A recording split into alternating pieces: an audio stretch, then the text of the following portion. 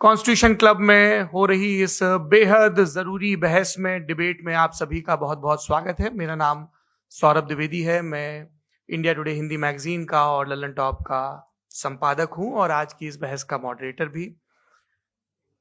इससे पहले कि यह बहस, जिसका शीर्षक, जिसका टॉपिक है डज गॉड एग्जिस्ट, ये शुरू हो दो विद्वानों के बीच जिनके नाम हैं श्री जावेद अख्तर और श्री मुफ्ती शमाइल नदवी जी, मैं कुछ बुनियादी चीजें आप लोगों को बता दूं ताकि ये बहस व्यवस्थित ढंग से चले, वैसे नहीं जैसी बहसों को देखने के हम इन दिनों आदी हो गए हैं। पढ़ी लिखी अकादमिक बहस। इस बहस का प्रारूप कैसा होगा, इसका स्ट्रक्चर कैसा होगा, पहले मैं आपको यह बता देता हूं। सबसे पहले नौजवान विद्वान मुफ्ती शमाइल नदवी जी 10 मिनट अपनी दलीलें आप लोगों के सामने रखेंगे। उसके बाद जावेद अख्तर साहब 10 मिनट अपनी बात रखेंगे। उसके बाद जिसको हम अंग्रेजी में रिबटल कहते हैं, एक जवाबी दौर रहेगा कि आपने जो कहा मैं उससे मुतमईन हूं कि नहीं हूं और हमने जो कहा। इसके बाद बहस का राउंड 2 शुरू होगा। दोनों विद्वानों को फिर से 7-7 मिनट का वक्त मिलेगा और इसके बाद रिबटल राउंड 2 होगा 5-5 मिनट का। इसके बाद एक दूसरे से सवाल जवाब होंगे। इसके लिए हमने लगभग 16 मिनट का वक्त तय किया है। अब ये सवालों की प्रकृति पर निर्भर करता है कि कितने सवाल होंगे, इसीलिए हमने वक्त की पाबंदी रखी है। और इसके बाद आखिरी में 5-5 मिनट का वक्त दोनों विद्वानों को एक बार फिर से दिया जाएगा अपने क्लोजिंग आर्ग्यूमेंट के लिए। और उसके बाद जो इस बहस के लिए सबसे जरूरी चीज है कि आप और हम और इंटरनेट पर देख रहे लाखों करोड़ों लोग, उनके सवाल जवाब होंगे। तो आप लोग जो यहां मौजूद हैं, आपके हम कुछ सवाल लेने की कोशिश करेंगे। 30 मिनट का वक्त हमने उसके लिए तय कर रखा है। इस तरह से ये 2 घंटे की बहस पूरी होगी। 2-3 बुनियादी बातें हैं जिनका हमें ध्यान रखना है। किसी भी किस्म की नारेबाजी में हमें शरीक नहीं होना है। ये हल्ला गुल्ला नहीं है, क्योंकि पूरी दुनिया देख रही है, तो एक नजीर कायम करनी है, एक उदाहरण लोगों के सामने रखना है कि पढ़े लिखे लोग इत्तेफाकी और ना इत्तेफाकी रखते हुए भी, एक दूसरे से सहमति और असहमति रखते हुए भी बात कह सकते हैं। यहां पर मेरे जेएनयू के प्रोफेसर बैठे हैं, पुरुषोत्तम अग्रवाल जी, जिन्होंने हमें क्लास में सिखाया है कि सहमति का साहस और असहमति का विवेक, और इसका ठीक उलट भी, ये बड़ा जरूरी है। दूसरी बात, ये किसी एक धर्म के बारे में बहस नहीं है। ये बात सबको स्पष्ट होनी चाहिए। किसी धर्म को महान बताने या किसी धर्म को कमतर बताने की ये बहस नहीं है। तो यदि कोई इस उम्मीद से देख रहा है या यहां आया है, तो मैं आपको आश्वस्त करना चाहता हूं कि आपको नाउम्मीदी हाथ लगेगी। इस बहस में बहुत ज्यादा धार्मिक प्रतीकों के इस्तेमाल को लेकर भी ये दोनों लोग जो अभी आपको गंभीर दिख रहे हैं, भले लोग हैं। कल शाम को चाय पर मिले थे, बहुत हंसी मजाक भी इनके बीच हुआ था और गलबैयां डालते हुए एक तस्वीर भी हुई थी। ये इस बात का प्रमाण है कि इंटरनेट पर जो हल्ला मचा हुआ है उसके मुकाबले ये दोनों लोग बहुत ही अच्छे शांत ढंग से बहस के लिए राजी हो गए हैं। ट्विटर की बातें ट्विटर तक सीमित, एलन मस्क आजकल उसको एक्स कहते हैं। और अब इस बहस की शुरुआत मैं इन विद्वानों का, हालांकि इनको परिचय की जरूरत नहीं, पर हो सकता है, हमें पत्रकारिता में सिखाया जाता है कि नेवर अज्यूम, विज्ञान भी यही कहता है। मुफ्ती शमाइल नदवी साहब इस्लामिक विद्वान, शिक्षाविद हैं, कोलकाता के वाहियान फाउंडेशन के संस्थापक हैं, लखनऊ की प्रतिष्ठित दारुल उलूम नदवतुल उलमा से ग्रेजुएशन किया है, सोशल मीडिया और सार्वजनिक मंचों पर अध्यापन और बौद्धिक कामों में सक्रिय हैं और इस समय इंटरनेशनल इस्लामिक यूनिवर्सिटी मलेशिया से पीएचडी कर रहे हैं। अच्छी बात यह है कि पढ़ाई के साथ साथ ट्रैवल ब्लॉग भी बनाते हैं। पेट्रोनास टावर के सामने का ब्लॉग हमने देखा। हमारे साथ जावेद अख्तर साहब हैं। जावेद अख्तर साहब कवि हैं, शायर हैं, गद्य भी लिखते हैं, फिल्मों के लिए संवाद लिखे हैं, गीत लिखे हैं।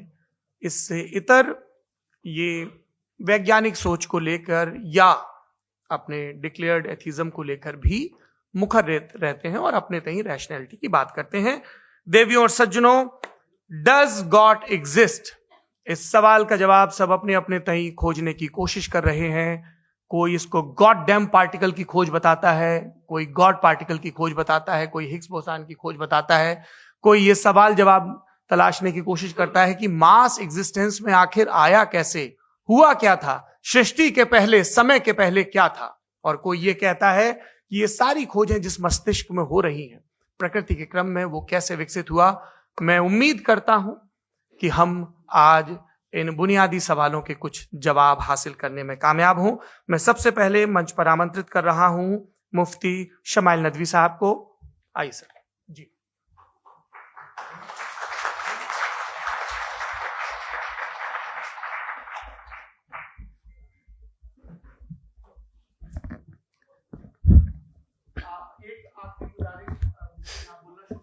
प्लीज अपने फोन लाइट मोड पे या साइलेंट मोड पे रखें। एक बार चेक कर ले, कई बार बेध्यानी हो जाती है।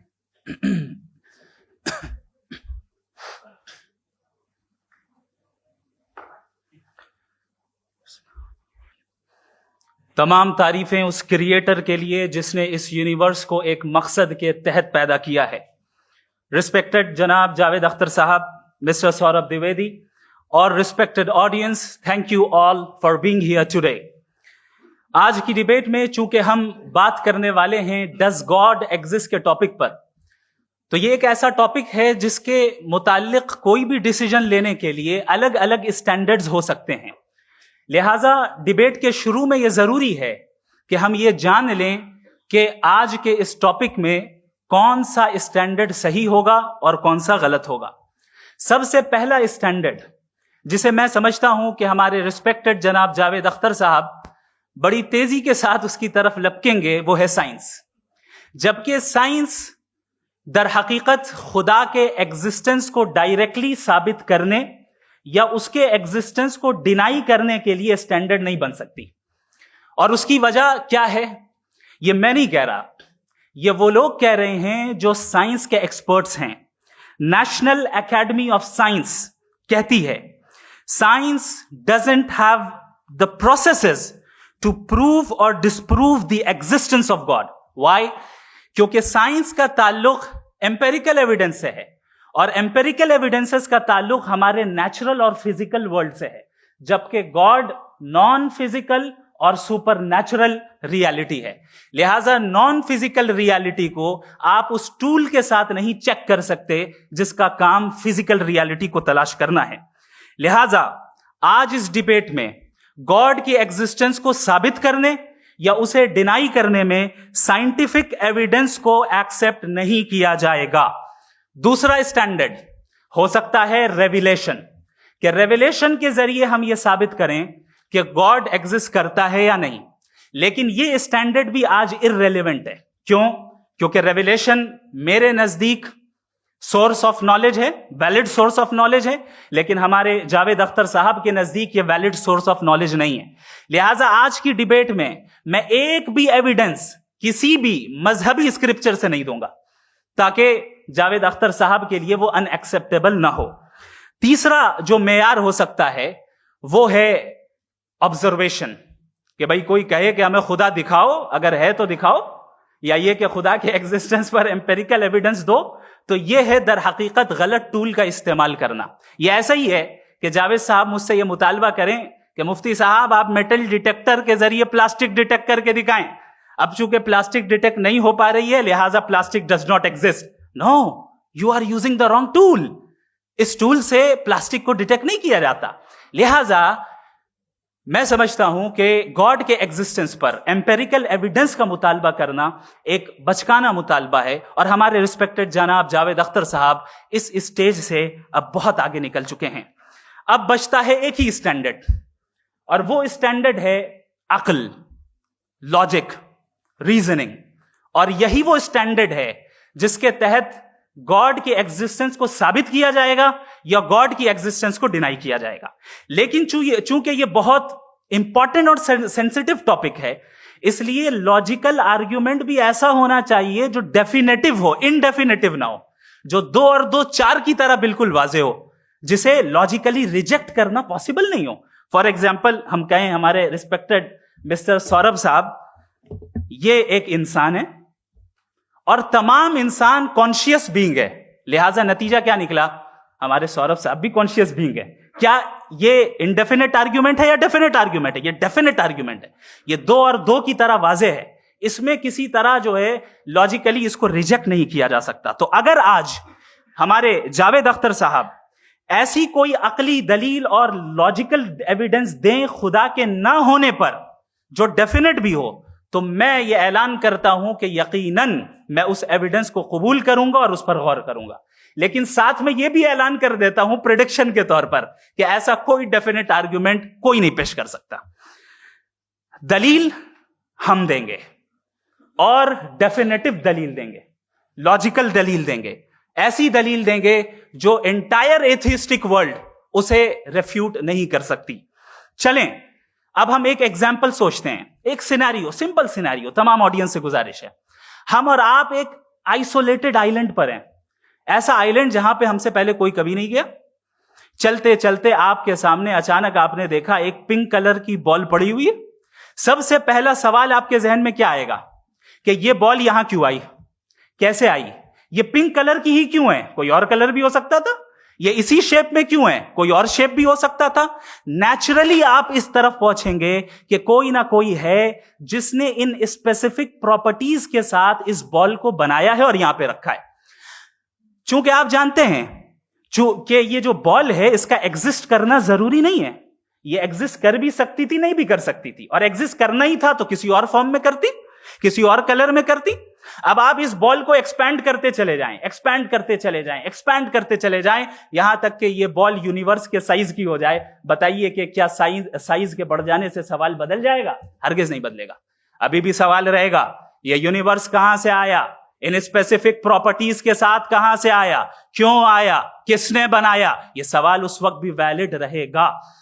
लेकिन यह सवाल अगर हम जनाब जावेद अख्तर साहब से करें तो चूंकि इनका वर्ल्ड व्यू एथिस्टिक है, और सिर्फ इनका नहीं, मतलब जितने भी एथिस्ट हैं और एथिस्टिक वर्ल्ड व्यू को रखने वाले से अगर आप ये सवाल करें कि ये यूनिवर्स कहां से आया, तो इनका जवाब या तो आर्ग्यूमेंट फ्रॉम इग्नोरेंस होगा या डॉगमेटिक होगा।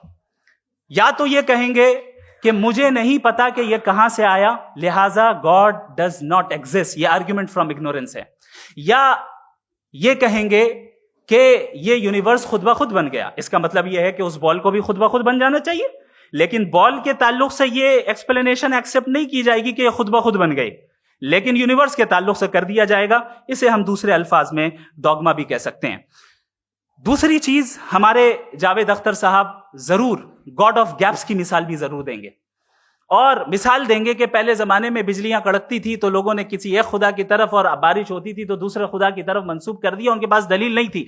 यह हमारा वर्ल्ड व्यू है ही नहीं, यह हमारा वर्ल्ड व्यू है ही नहीं, क्योंकि नेचुरल फेनोमेना के प्रोसेस की इंटरप्रिटेशन को जान लेने से यह कहां से साबित हो गया कि गॉड एग्जिस्ट नहीं करता है।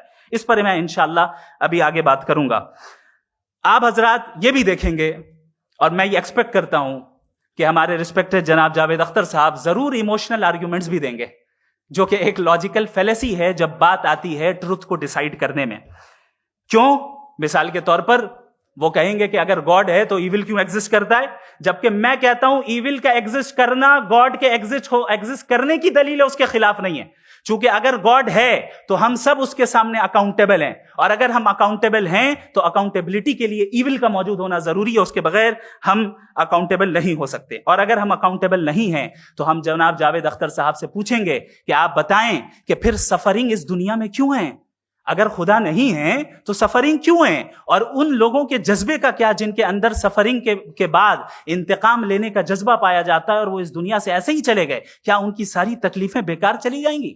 अब आ जाएं उसी एग्जाम्पल की तरफ कि बॉल, मुझसे अगर कोई पूछे इस बॉल को किसने बनाया और या इस एक्सपेंडेड बॉल को किसने बनाया, मैं कहूंगा कि चूंकि ये यूनिवर्स और इस यूनिवर्स की तमाम चीजें कॉन्टिंजेंट हैं। कॉन्टिंजेंट होने का मतलब ये होता है कि जो अपने एग्जिस्टेंस पे किसी के ऊपर डिपेंड करती हो, तो जाहिर है ये यूनिवर्स कॉन्टिंजेंट है। और अगर कोई चीज कॉन्टिंजेंट नहीं है तो मैं रिक्वेस्ट करूंगा कि मुझे दिखा दें कि कौन सी चीज यूनिवर्स में कॉन्टिंजेंट नहीं है, हम भी जरा गौर कर लें और हम भी देख लें। और जब कॉन्टिंजेंट चीजें मौजूद हैं तो फिलोसोफर्स की इस्तिलाह के मुताबिक, हम उस टर्मिनोलॉजी के मुताबिक, हम उस जगह तक पहुंचते हैं और उस हस्ती तक पहुंचते हैं जिसे नेसेसरी बीइंग कहा जाता है, कि ये वो नेसेसरी बीइंग है जिसका मौजूद ना होना नामुमकिन हो। क्योंकि अगर ये मौजूद ना हो तो सारी चीजें एग्जिस्टेंस में आएंगी ही नहीं, और ये सारी कॉन्टिंजेंट चीजें उसी के ऊपर डिपेंड करती हैं। अब अगर आप ये सवाल करते हैं कि फिर उस हस्ती को किसने बनाया, फिर उसका कॉज क्या है, फिर उसका कॉज क्या है, फिर उसका कॉज क्या है, और एंडलेसली चले जाएं, इसे हम कहते हैं इन्फिनिट रिग्रेस ऑफ कॉजेस, जो कि लॉजिकल फैलेसी है। कॉन्सेप्चुअली इंफिनिटी पॉसिबल है। मिसाल के तौर पे न्यूमेरिकल्स 1 2 3 गिनते चले जाएं, इन्फिनिट नंबर्स हैं। मैं कॉन्सेप्चुअली बात नहीं कर रहा, प्रैक्टिकली रियलिटी में साबित करके दिखाएं कि infinite regress of causes possible है या नहीं। अगर पॉसिबल है तो हम मान लेंगे, मिसाल दे दें, और पॉसिबल नहीं है तो एक ही ऑप्शन बचता है जिसे हम कहते हैं नेसेसरी बीइंग। ऐसी नेसेसरी बीइंग जो इंडिपेंडेंट है, क्योंकि अगर वो डिपेंडेंट हुई तो वो नेसेसरी नहीं रहेगी। ऐसी इंडिपेंडेंट बीइंग जो इटर्नल है, अगर वो इटर्नल नहीं होगी, उसकी बिगिनिंग होगी तो वो खुद कॉन्टिंजेंट है। ऐसी बीइंग जो पावरफुल है, क्योंकि कॉन्टिंजेंट को एक्चुअलाइज करने के लिए पावर चाहिए। ऐसी बीइंग जो इंटेलिजेंट है और नॉलेजेबल है, क्योंकि ये यूनिवर्स स्पेसिफिक फॉर्म और स्पेसिफिक लॉज ऑफ नेचर के तहत प्रिसाइजली चल रहा है। Thank you. थैंक यू मुफ्ती साहब। मैं इन दलीलों के बाद जावेद अख्तर साहब से गुजारिश करूंगा, आप बैठ के बोलना चाहेंगे हमारे? जी।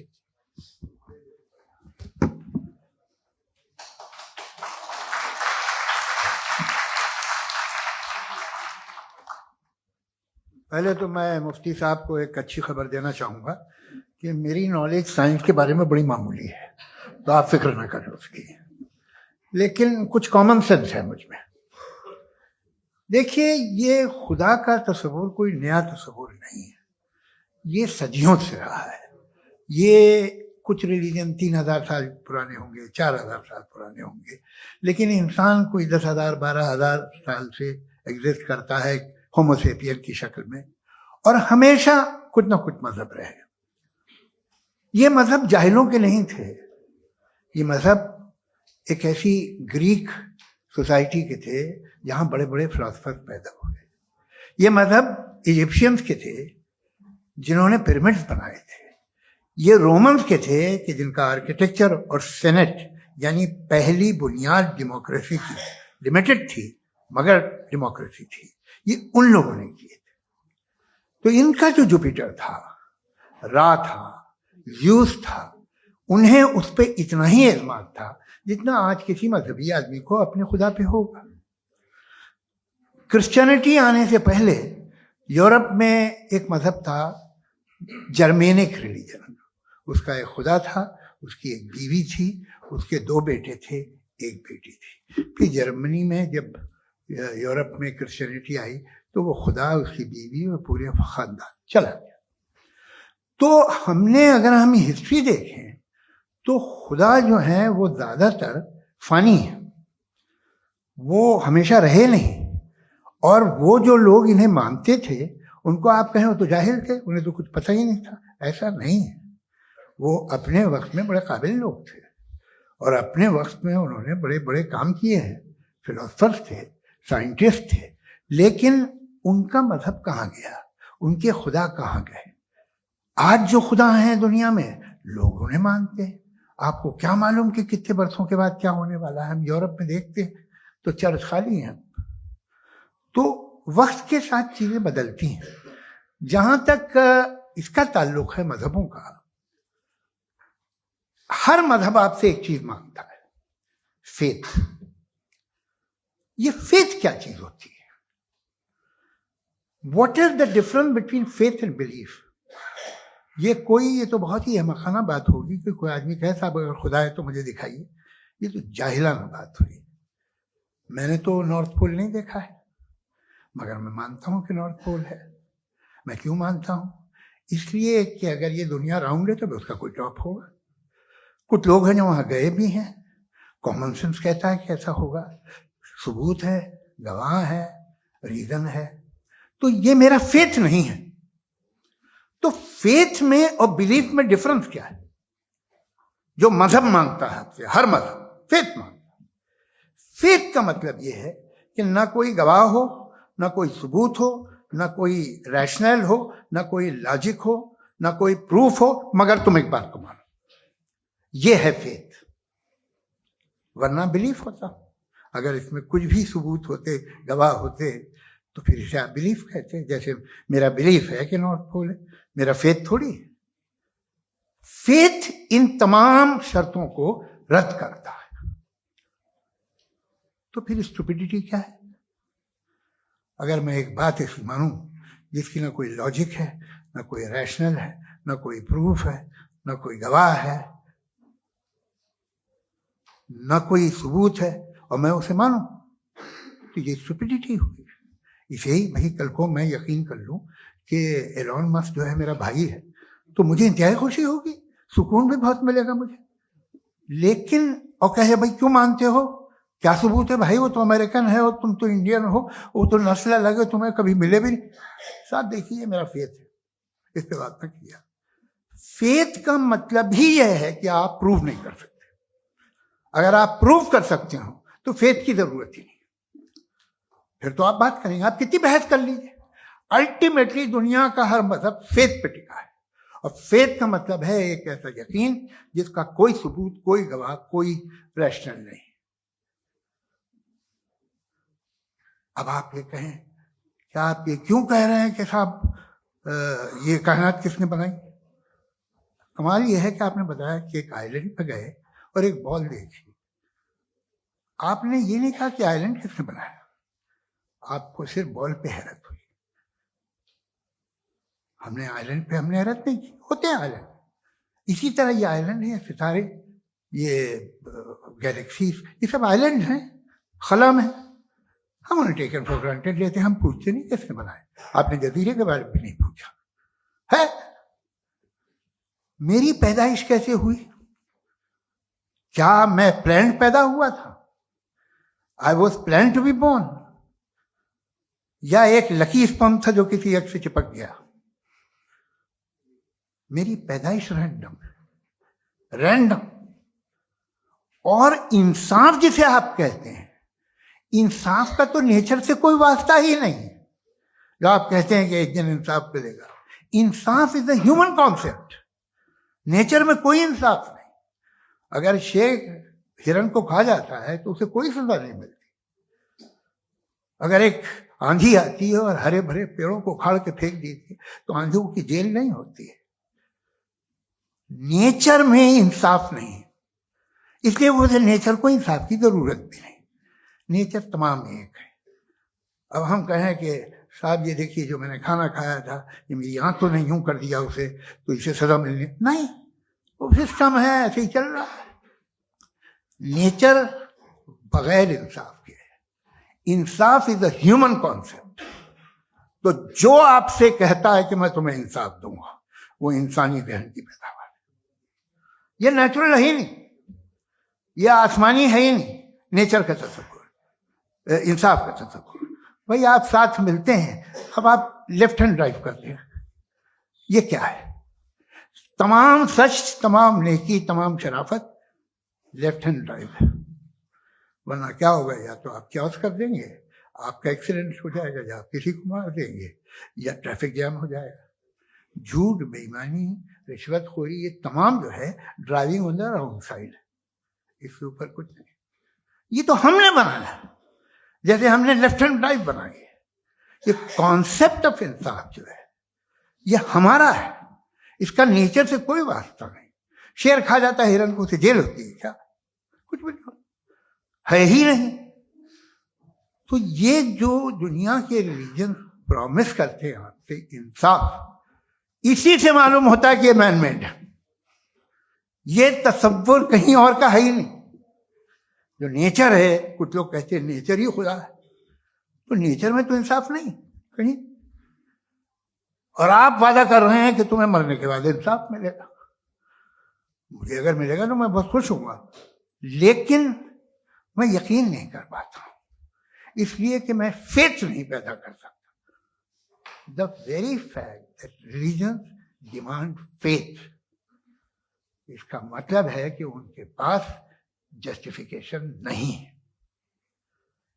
अच्छा साहब, फिर रिलीजन अगर मॉडरेशन में है, कोई सा भी रिलीजन, वो आप में कुछ खूबियां भी पैदा करता होगा।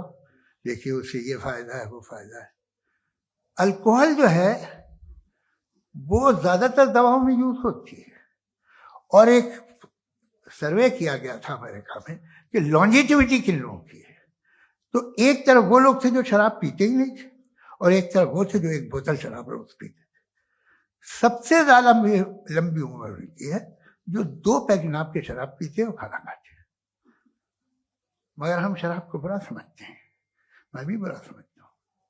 क्यों? ऐसा होता नहीं। कुछ चीजों में आदत होती है जो बढ़ती है। आज तक में एक आदमी दूध पीता है, आप 10 साल बाद भी मिलेंगे तो एक ही गिलास पीता होगा। ऐसा नहीं होता, सुबह से दूध पीता रहता है। मिल्कोहलिक मैंने नहीं देखे, अल्कोहलिक होते हैं। ये टेंडेंसी है मजहब की कि वो बढ़ता है, जैसे कैंसर बढ़ता है, जैसे शराब बढ़ती है। कुछ लोग होंगे जो उसे सही तरह से यूज करते। मुझे यकीन है कि हमारे मुफ्ती साहब भी उनमें से एक, इनसे बहुत खुशी हुई मुझे इनसे मिलकर। लेकिन कितने लोग हैं कि आज आप देखते हैं दुनिया में जो तबाहियां हैं, इनमें कितना हाथ है उन लोगों का जो बिलीवर कहते था मजहब ये नहीं कहता, ना कहता होगा, मगर जब ये मजहब पीते हैं तो ऐसे बिहेव करते हैं। थोड़ा सा अगर हो तो शायद बहुत अच्छी बात, लेकिन शराब थोड़ी सी नहीं रहती, उसमें टेंडेंसी है पहले। थोड़ा सा अगर 2-3 कैंसर के सेल हो ना बॉडी में तो आदमी स्लिम रहेगा, लेकिन वो 2-3 सेल नहीं रहते, वो मल्टीप्लाई होते हैं। जावेद साहब टाइम पूरा हो गया। टाइम हो गया तो बस बात खत्म हो गई। अच्छा, मुझे कुछ और कहने को था भी नहीं। जी, मैं पहले जवाबी दौर के लिए इनवाइट कर रहा हूं मुफ्ती साहब को। Your rebuttal round 1, you have 7 minutes.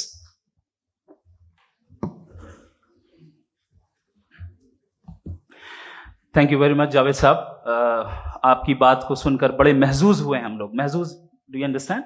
We enjoyed. Okay, अब थोड़ा सा लॉजिकली उसको हम लोग देखते हैं। दरअसल हम लोगों ने कल गुजारिश की थी मुफ्ती साहब से भी, जावेद साहब से भी, कि हिंदुस्तानी जबान आम फहम सबको समझ में आ जाए और जहां कहीं आप मुश्किल शब्द इस्तेमाल करें वहां बताते भी चलें। Thank you. तो सबसे पहले हमारे रिस्पेक्टेड जावेद साहब ने हवाला दिया कि खुदा फानी है। कितने मजहब आगे चले गए, किसी ने जुपिटर को खुदा माना, किसी ने किसी को माना। मैं कहता हूं जिसने कॉन्टिंजेंट चीज को खुदा माना, गलत माना, वो खुदा ही नहीं, वो खुदा ही नहीं है।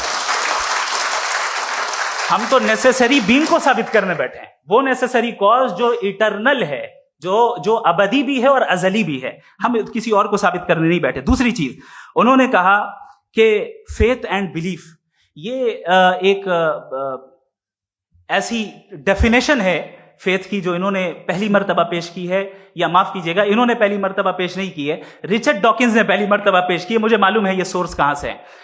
एपिस्टेमोलॉजिकली फेथ और बिलीफ का फर्क आप इस तरह नहीं कर सकते सर। फेथ सही भी होता है, गलत भी होता है। बिलीफ सही भी होता है, गलत भी होता है। जो लॉजिक, रीजन और एविडेंस से बैक्ड होगा वो फेथ सही होगा। और आप जिस फेथ की बात कर रहे हैं कि इलॉजिकल है और उसके पीछे नहीं है, तो we are on the same page. हम नहीं मानते उस फेथ को। जो फेथ ऐसा हो जिसके पीछे कोई लॉजिक ना हो, एविडेंस ना हो, हम नहीं मानते। हम तो उस फेथ के कायल हैं जिसके पीछे लॉजिक हो और एविडेंस हो। तो बिलीफ सही भी होता है, गलत भी होता है, फेथ भी सही होता है और गलत भी होता है। तो आज फेथ और बिलीफ के डिफरेंस पे बात नहीं हो रही। आज आप चाहे फेथ एक्सेप्ट कर लें या बिलीफ एक्सेप्ट कर लें, आज ये बात होगी कि ट्रूथ क्या है। चाहे ट्रू बिलीफ सही है या ट्रू फेथ सही है, और फॉल्स फेथ क्या है और फॉल्स बिलीफ क्या है, बात इस पे हो रही। दूसरी चीज इन्होंने पूछा, स्टुपिडिटी फिर क्या है? अगर फेथ रिलीजन स्टुपिडिटी नहीं है तो और क्या है? चूंकि फेथ का मुतालबा करते हैं तो स्टुपिडिटी क्या है? मैं कहता हूं स्टुपिडिटी एथिज्म है। उसकी वजह यह है कि आप एक सड़क पे जा रहे हो और आप किसी गार्डन में जाएं और देखें वहां लिखा है फूलों के साथ, I love Javed Akhtar, and I really do, I love you sir. So जब आप वहां पर पहुंचे तो वहां पहुंचकर अब ये बताएं, क्या आप ये कहेंगे wow what a natural selection? ये क्या नेचुरल सिलेक्शन है? नहीं, ये प्रिसाइजली डिजाइंड है, इसके पीछे डिजाइनर है। लिहाजा अगर कोई एक ऐसी कॉमन सेंस की बात को कबूल नहीं कर रहा है कि यूनिवर्स जो इतने प्रिसाइजली काम कर रहा है, हम कह दें कि खुद ब खुद बन गई, मैं समझता हूं इससे बड़ी स्टुपिडिटी और कुछ नहीं है। ये इरैशनल चीज है। फिर हमारे सर ने कहा कि आपने बॉल पे फोकस किया, आइलैंड पे फोकस नहीं किया।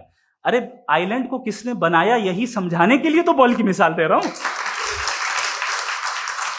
और बॉल भी कॉन्टिंजेंट है, आइलैंड भी कॉन्टिंजेंट है, दोनों नेसेसरी बीइंग का मुतालबा करते हैं।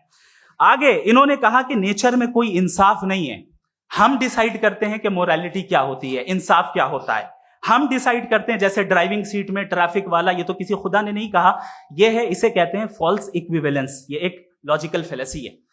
आपने जो है मिसाल दी ड्राइविंग की और ट्रैफिक की, ये सब्जेक्टिव मोरालिटी है। आप सब्जेक्टिव मोरालिटी को मिसाल बनाकर ऑब्जेक्टिव मोरालिटी के ऊपर नहीं थोप सकते। इंसाफ की ऑब्जेक्टिव मोरालिटी है। अगर आप ये कहते हैं कि नेचर में इंसाफ नहीं है, तो इंसाफ का न होना ये नेचुरल हुआ, तो फिर नेचर को नेचर रहने दे, क्यों हम इतना स्ट्राइव कर रहे हैं दुनिया में इंसाफ लाने के लिए?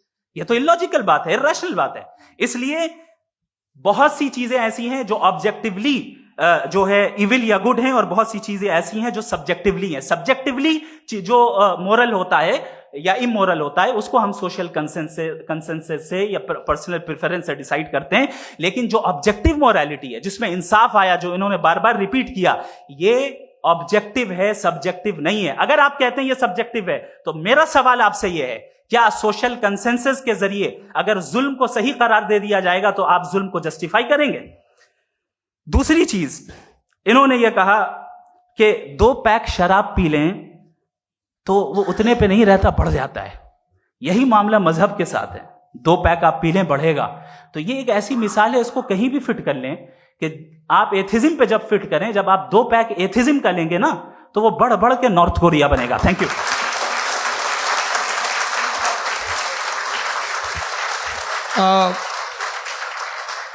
फर्स्ट राउंड के रिबटल के लिए मैं जावेद साहब को इनवाइट कर रहा हूं। आपके पास 7 मिनट का वक्त है, रीसेट कर दीजिएगा प्लीज।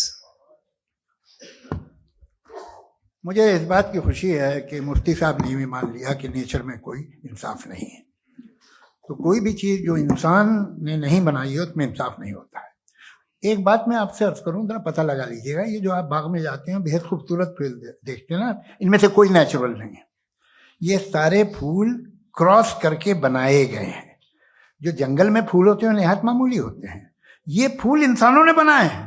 जो आप बाग में देख के वाह वाह कहते हैं, ये इंसानों के बनाए हुए हैं। डिफरेंट फूलों को क्रॉस करके, डेवलप करके, फिर क्रॉस करके इस तरह से बनाए गए। नेचुरल फ्लावर नहीं। किसी जंगल वीरान में जाके आप गुलाब के फूल नहीं देखेंगे। ये सब बनाए हुए इंसान ने, बहुत से काम इंसान ने किए हैं। बाकी है कि आपने मेरी एक बात का जवाब नहीं दिया, जिससे मुझे शिकायत है कि फेथ क्या है और आप फेथ मांगते क्यों हैं मुझसे? आप तो लॉजिकल हैं, आपके पास तो सारे रैशनल हैं, आपके पास सारे सबूत हैं, तो आपको फेथ की डिमांड क्यों करते हैं कि भाई तुम सरेंडर कर दो और सवाल मत करो? कोई मजहब सारे सवाल करने की इजाजत नहीं देता है और मना करता है कि ज्यादा सवाल ना करो, बह जाओगे तुम। आप क्यों रोकते हैं? हकीकत यह है कि इंसानी तारीख क्या है। इंसानी तारीख यह है कि दुनिया में 2 तरह के लोग हुए हैं। एक वो जिन्होंने अपनी लाइल्मी की परस्तिश की है, दूसरे वो जिन्होंने अपनी इग्नोरेंस या लाइल्मी से झगड़ा किया है और मालूम किया है कि क्या है। ये जो आप कह रहे हैं, आज आप हैरान हैं कि भाई ये यूनिवर्स कैसे बनी। लोग हैरान थे कि सूरज डूबता है तो इधर से कैसे निकलता है। और आप एक कदम जाके हमेशा का मानने को तैयार है, एक कदम पीछे ही मान जाइए। भाई आप इसके बाद जाते हो, कहते सवाल ना करना कि ये कहां से आया, ये पावर तो हमेशा से हमेशा रहेगी। तो आप यूनिवर्स के बारे में मानने में क्या तकलीफ है? एक कदम पहले रुक जाइए। ये हमेशा से थी या नहीं थी, हमें मालूम नहीं है। और ये कहना कि हमें मालूम नहीं है, कमाल ये है कि दुनिया के सारे मजहब सब जानते हैं ये दुनिया कैसे बनी थी, कैसे मिटेगी, मरने के बाद क्या होगा, इनको सब इल्म है। इनको किसी को डायनासोर होते थे पहले ये नहीं पता था, किसी को नहीं पता।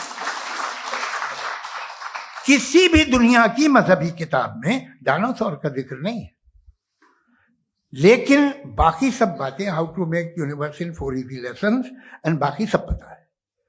जिसको सब पता है वो गड़बड़ है। हम में ये इंकिसार, ये ह्यूमिलिटी होनी चाहिए कि हम ये कहें कि हमें ये बहुत सारी बातें नहीं मालूम, लेकिन हम उनकी परस्तिश न करना, अपनी लाइल्मी को की परस्तिश न करें, हम उसे पता लगाने की कोशिश करें। जिस दुनिया में आप बैठे हैं सर, ये हॉल जो है, ये इलेक्ट्रिसिटी जो है, ये माइक जो है, जिस हवाई जहाज से आप आए थे, वो जिस कार से आप यहाँ आए हैं, ये सब उन लोगों की बनाई हुई है जिन्होंने सवाल किए थे। ये दुनिया जिसमें आप आज आराम से हैं, ये उन लोगों की बनाई है कि जिन्होंने सवाल किए थे, और हर स्टेज पे इन सवालों को मकरूह कहा गया था, गलत कहा गया था। आप जरा तारीख पढ़िए, एक बड़ी दिलचस्प किताब है बर्ट्रैंड रसेल की, जिसमें उसने रिलीजन एंड साइंस कि कब से रिलीजन जो है साइंस के अगेंस्ट है, और हद तो यह है कि भाप के इंजन के खिलाफ थे, स्टीम इंजन के भी खिलाफ थे, और फतवे हुए उन पे, वेटिकन ने दिए। तो ये हमेशा, अभी जैसे ही ये राइट विंगर आते हैं अमेरिका में पावर में, तो वो जो अपना ये क्या बोलते हैं उसे, सीड क्या बोलते हैं, सीड क्या जो, हाँ नहीं सीड जो होते हैं जिसपे जी,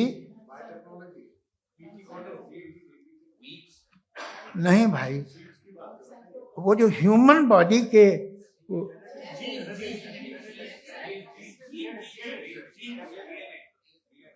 उस पर रिसर्च बंद हो जाती है, रिपब्लिकन नहीं करने देते।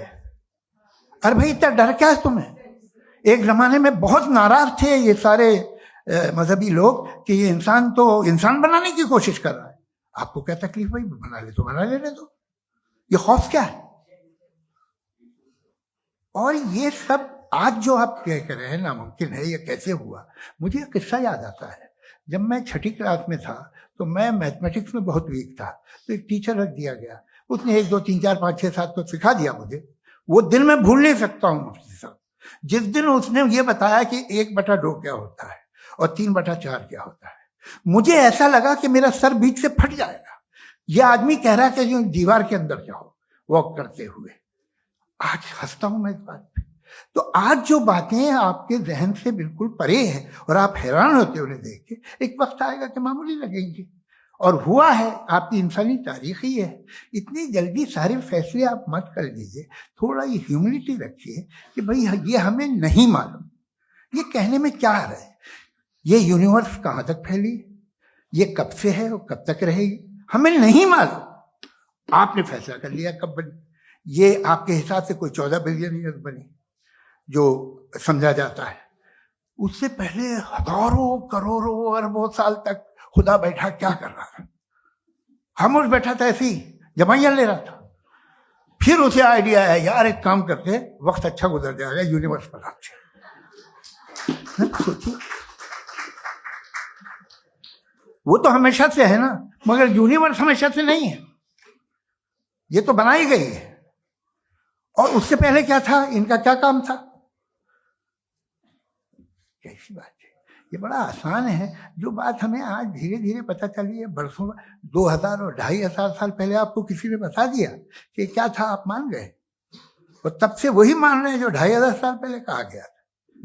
सब कुछ बदल गया है, सॉल्व हो रही है चीजें। अभी साइंस बिल्कुल दावा नहीं करती, या कोई फिलोसफर ये दावा नहीं करता कि हमें सब मालूम, बल्कि वो कहता है कि हमें जितना मालूम होता है उससे ये मालूम होता है कि हमें कितना कम मालूम। तो हम अपनी जहालत से लड़े, उसकी परस्तिश ना करें। जी, time. Thank you so much. मैं तर्कों की श्रृंखला में राउंड 2 के लिए मुफ्ती साहब को आमंत्रित कर रहा हूं। आपके पास एक बार फिर से 7 मिनट का वक्त है। शुक्रिया। जनाब जावेद अख्तर साहब कई मर्तबा दोहरा रहे हैं कि फेथ का मतलब बताइए, फेथ का मतलब बताइए। मैंने बता दिया, फेथ सही भी होता है, गलत भी होता है। और आज हम फेथ पे बात नहीं कर रहे, हम ट्रुथ और डज गॉड एग्जिस्ट पे बात कर रहे हैं। क्या डज गॉड एग्जिस्ट, ये ट्रुथ यानी गॉड है या नहीं है, इसमें से दोनों ट्रुथ क्या है। अब आप उसे फेथ कह लें, बिलीफ कह लें, नॉट माई बिजनेस। उसके बाद आपने कहा कि भाई सवाल करने से मजहब रोकता है।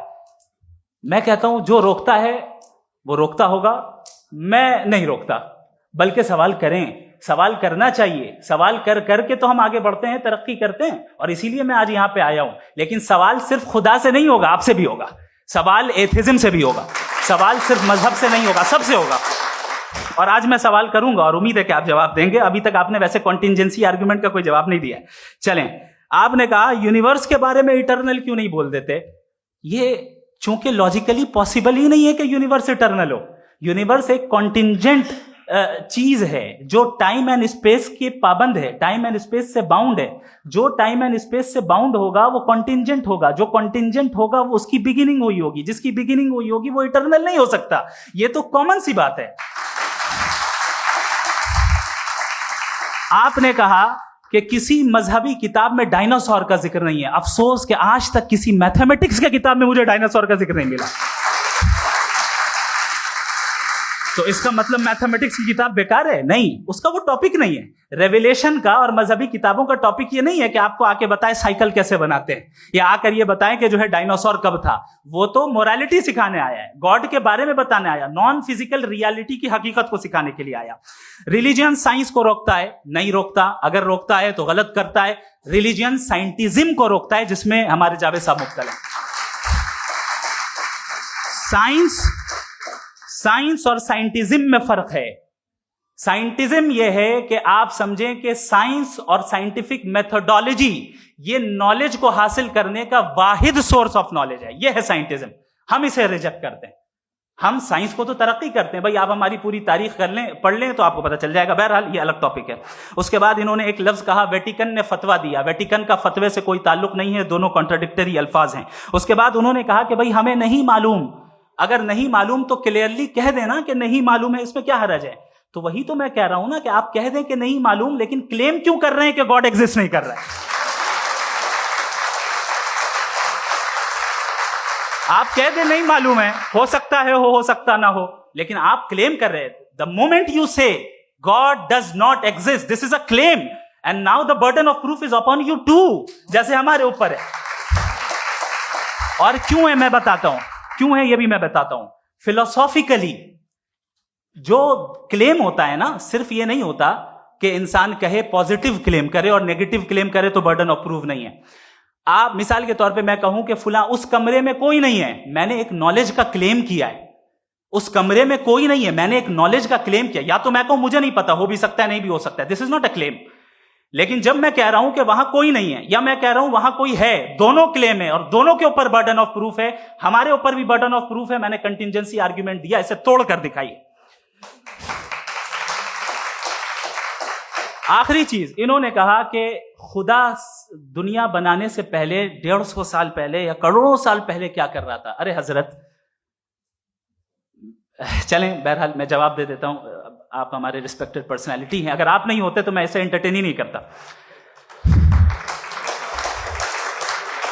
टाइम ये 100 साल पहले या 100 साल बाद, पहले बाद में अभी, ये वो अल्फाज हैं जिनका ताल्लुक टाइम से है। टाइम शुरू ही हुआ है यूनिवर्स की बिगिनिंग के बाद, तो उसके पहले खुदा क्या कर रहा था, सवाल इलॉजिकल है, ये फेलेसी है। यानी आप ये कह रहे हैं कि यूनिवर्स के बनने से पहले खुदा क्या कर रहा था। टाइम के बनने से पहले, पहले का ताल्लुक टाइम से, टाइम उस वक्त था ही नहीं, तो ये सवाल ही इनवैलिड है खुदा के ताल्लुक से। दूसरी चीज, आर्ग्यूमेंट ऑफ कंटिंजेंसी जो मैंने आपके सामने पेश की है, आपने बार बार ये प्रूफ किया और ये कह रहे हैं कि गॉड ऑफ गैप्स। देखिए पहले नहीं मालूम था, साइंस ने कर दिया। सिंपल की मिसाल से मैं समझा देता हूं। जिस गैप्स की आप बात कर रहे हैं ना, साइंस उन गैप्स को जिन चीज के जरिए भी प्रूव करेगा वो कॉन्टिंजेंट ही होगा। अब चाहे वो फोर्स हो, मैटर हो या एनर्जी हो। लिहाजा सवाल हमारा उस वक्त भी वैलिड होगा जब तक कि आप नेसेसरी बीइंग पे ना आ जाएं। और इन्फिनिट रिग्रेस पॉसिबल नहीं है of causes in practical world, तो जाहिर है कहीं रुकना पड़ेगा। जहां रुकेंगे वही खुदा है। दूसरी चीज, आपने ये कहा, क्या कह रहा था मैं, किस पॉइंट को? What? Oh no, after that. Just now. हाँ, जहां रुकेंगे वही खुदा है। बहरहाल, तो टाइम का जिक्र हो गया, गॉड ऑफ गैप, सॉरी या इसकी एक मिसाल आप ले लें। एक कार है, एक साहब ने देखा कि भाई कार जो है उसके व्हील्स कितने अच्छे लगे हुए हैं, सही जगह पे, स्टीयरिंग जो है कितने अच्छे जगह पे लगी हुई, और सीट्स कितने वेल डिजाइंड है, कितनी प्रिसाइजली ये कार काम कर रही है। तो जरूर कोई ना कोई इसे क्रिएट किया है, किसी ने क्रिएट किया है। अब जावेद साहब आए और कहे अरे जनाब बोनेट खोलिए, इसमें इंजन है, इंजन इस कार को चला रहा है, hence prove no one has created the car. This is illogical, this is irrational. आपने इंजन के जरिए उस गैप को तो साबित किया, लेकिन क्या उससे कार की जो क्रिएशन है और उसका जो क्रिएटर है ये इम्पॉसिबल हो जाए? ऐसा पॉसिबल है? उसका सवाल खत्म हो जाए, ऐसा पॉसिबल है? नहीं। आपने गैप्स को फिल करके, कॉन्टिंजेंट चीजों से गैप्स को फिल करके हमारे ऑब्जर्वेशन को और ब्रॉड कर दिया। अब हमें और पता चल गया कि ये जो कार है इसका सिस्टम कितना ज्यादा कॉम्प्लेक्स है। पहले कम समझते थे, अब कॉम्प्लेक्सिटी और ज्यादा वाजे हो गई। अब हमें समझ में आ रहा है कि हमारी सर्टेनिटी और बढ़ गई कि जरूर इस कार को किसी ना किसी ने बनाया। यही मामला यूनिवर्स का है। साइंस हमेशा फिजिकल वर्ल्ड की चीजों को ही फिल करती जाएगी और फिजिकल चीजों से ही करती जाएगी, क्योंकि एम्पेरिकल एविडेंस का ताल्लुक फिजिकल वर्ल्ड से है। आप साइंस के जरिए मेटाफिजिकल रियलिटी को कभी साबित नहीं कर सकते। ये रॉन्ग टूल का इस्तेमाल करना है। ये वही काम है कि आप मेटल डिटेक्टर से प्लास्टिक डिटेक्टर करने चलें, जो कि जाहिर है सही नहीं है। Thank you.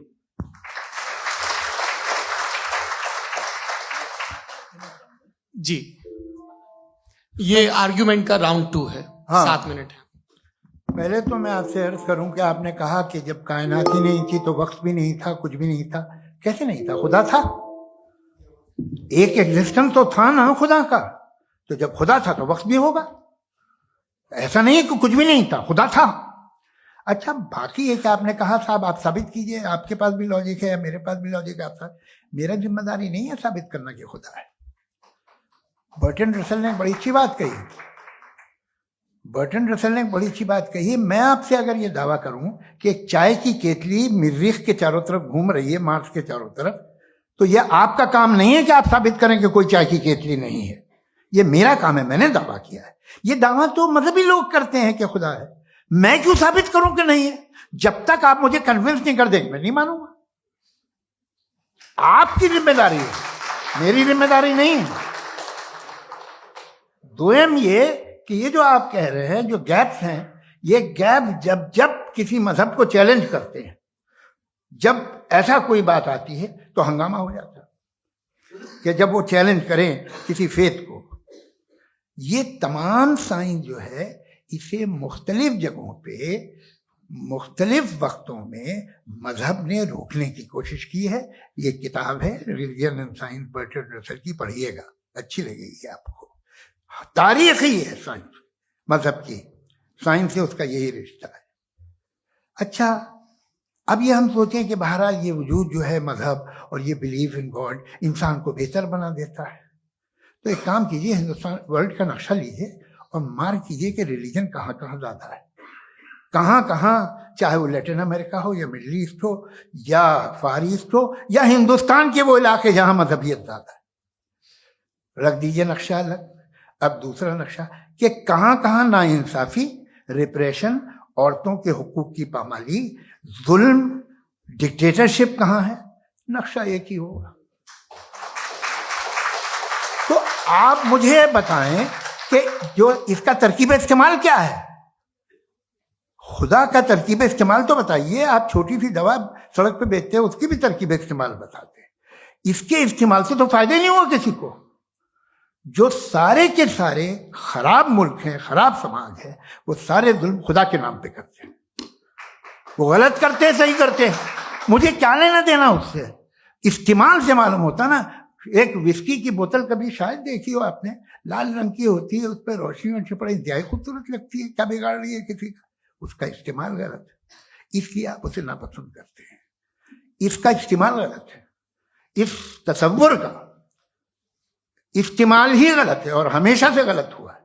आप देख लीजिए, इंसानी तारीख देख लीजिए, आज देख लीजिए, हिंदुस्तान देखिए, दुनिया देख लीजिए, क्या हो रहा है। इसे कैसे इस्तेमाल कर रहे हैं फेथ वाले लोग? क्या फेयर हैं, जस्ट हैं, जो अपने खुदाओं पे यकीन रखते हैं? वो किस तरह के लोग? वो लोगों को इंसाफ देते हैं, वो बेहतर इंसान बने। तो इस दवा का फायदा क्या है? चलो बहुत फायदा हो रहा तो मैं इस्तेमाल कर लूंगा। मुझे तो इस दवा का कोई फायदा दिखता ही नहीं। मुझे तो ऐसा लगता, मैं एक और बात बताऊं, अगर कोई आदमी मजहबी है और अच्छा आदमी है तो मैं उसकी बहुत इज्जत करता हूं, इसलिए कि मेरा ख्याल है मजहबी आदमी का अच्छा होना मुझसे अच्छा होने से ज्यादा मुश्किल है। भाई हर चीज की एक लिमिट है। आप इतना भाग सकते हैं, इतना नहीं भाग सकते, इतना वजन उठा सकते हैं, इतना नहीं उठा सकते, इतना दूर देख सकते हैं, इतना दूर नहीं देख सकते। उसी तरह कॉमन सेंस कहता है कि आप में नेकी का भी एक कोटा होगा। अब आप अगर सुबह जाते हैं अपनी इबादत गाह और इबादत करते हैं, तो बाहर निकलते हैं तो आप तो यही महसूस करते हैं कि आपने एक बहुत अच्छा काम किया, आपकी नेकी का एक बहुत बड़ा कोटा खर्च हो गया जिससे किसी का कोई फायदा नहीं। मैं तो नहीं जाता हूं तो मुझे तो किसी को खाना खिलाना पड़ेगा, किसी बेवा की मदद करनी पड़ेगी। मैं अपना कोटा कैसे कंज्यूम करूं? आप अपना कोटा, सारे मजहबी लोग इंतहाई यूजलेस कामों में यूज करते हैं। उसके बाद भी अगर आप में बच्ची है थोड़ी सी शराफत, तो भाई वाह क्या बात।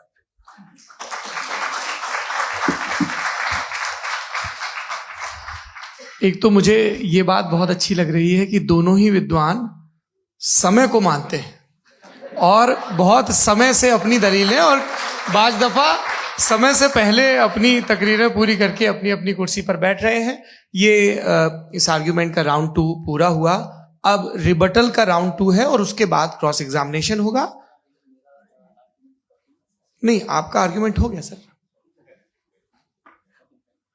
हमारे यहाँ स्कूल के सिलेबस में पंच परमेश्वर कहानी पढ़ाई जाती है, प्रेमचंद जी की लिखी हुई। आप निश्चिंत रहिए, आपके कोई राउंड में मिस नहीं होने दूंगा। रिबटल का राउंड 2 मुफ्ती शमाइल नदवी साहब।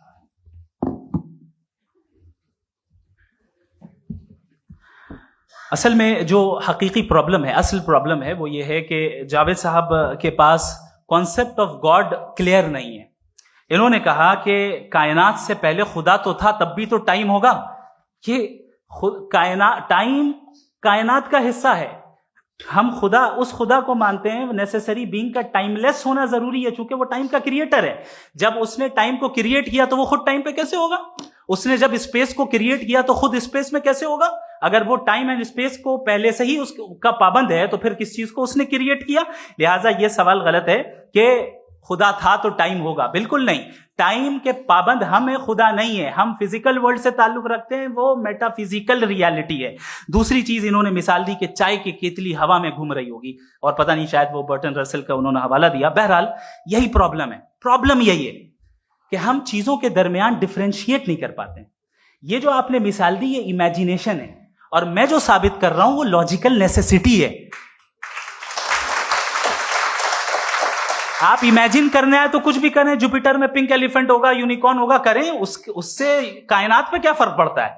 उससे आप लॉजिकल नेसेसिटी साबित नहीं कर सकते। मैं तो उस प्राइम कॉज की बात कर रहा हूं, उस नेसेसरी बीइंग की बात कर रहा हूं जिसके बगैर इस कायनात का एग्जिस्टेंस मुमकिन नहीं है। दूसरी चीज, मजहब को साइंस चैलेंज करती है वगैरह वगैरह, ये हमारा टॉपिक ही नहीं है। मैं इस पे बात करूंगा तो फिर मेरा वक्त चला जाएगा। मजहब के ऊपर चूंकि हमारी डिस्कशन नहीं है, साइंस को मजहब और बिलखुसूस मैं और हमारा वर्ल्ड व्यू कम अज कम साइंस को पीछे नहीं करता है, साइंटिज्म की मजम्मत करता है। इसकी वजाहत मैंने पहले कर दी। दूसरी चीज इन्होंने कहा वर्ल्ड का नक्शा लीजिए, वर्ल्ड मैप लीजिए, 2 अलग अलग जगह की। हजरत, मैंने ये होमवर्क किया था और मैंने मिडिल ईस्ट का एक नक्शा लिया और यूरोप का एक नक्शा लिया। ये मजहबी इलाका और ये लिबरल और एथीस्ट इलाका। मुझे पता चला कि सबसे ज्यादा रेप केसेस जो हैं वहां पर है।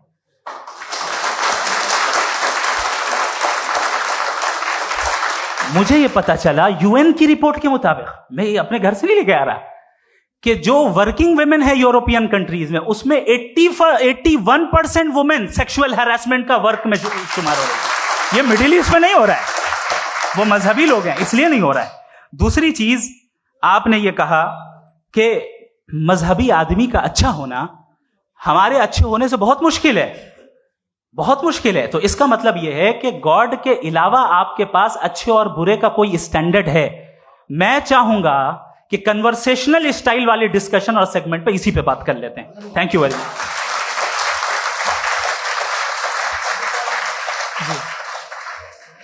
ये रिबटल का राउंड 2 है। आपके पास 5 मिनट का वक्त है और इसके बाद क्रॉस एग्जामिनेशन शुरू करेंगे। आप चाहे तो जो इन्होंने सवाल पूछे उनके जवाब आप रिबटल में भी दे सकते हैं। जी जी, देखिए, पहले तो ये बात कि ये मिसाल गलत नहीं है, गलत है।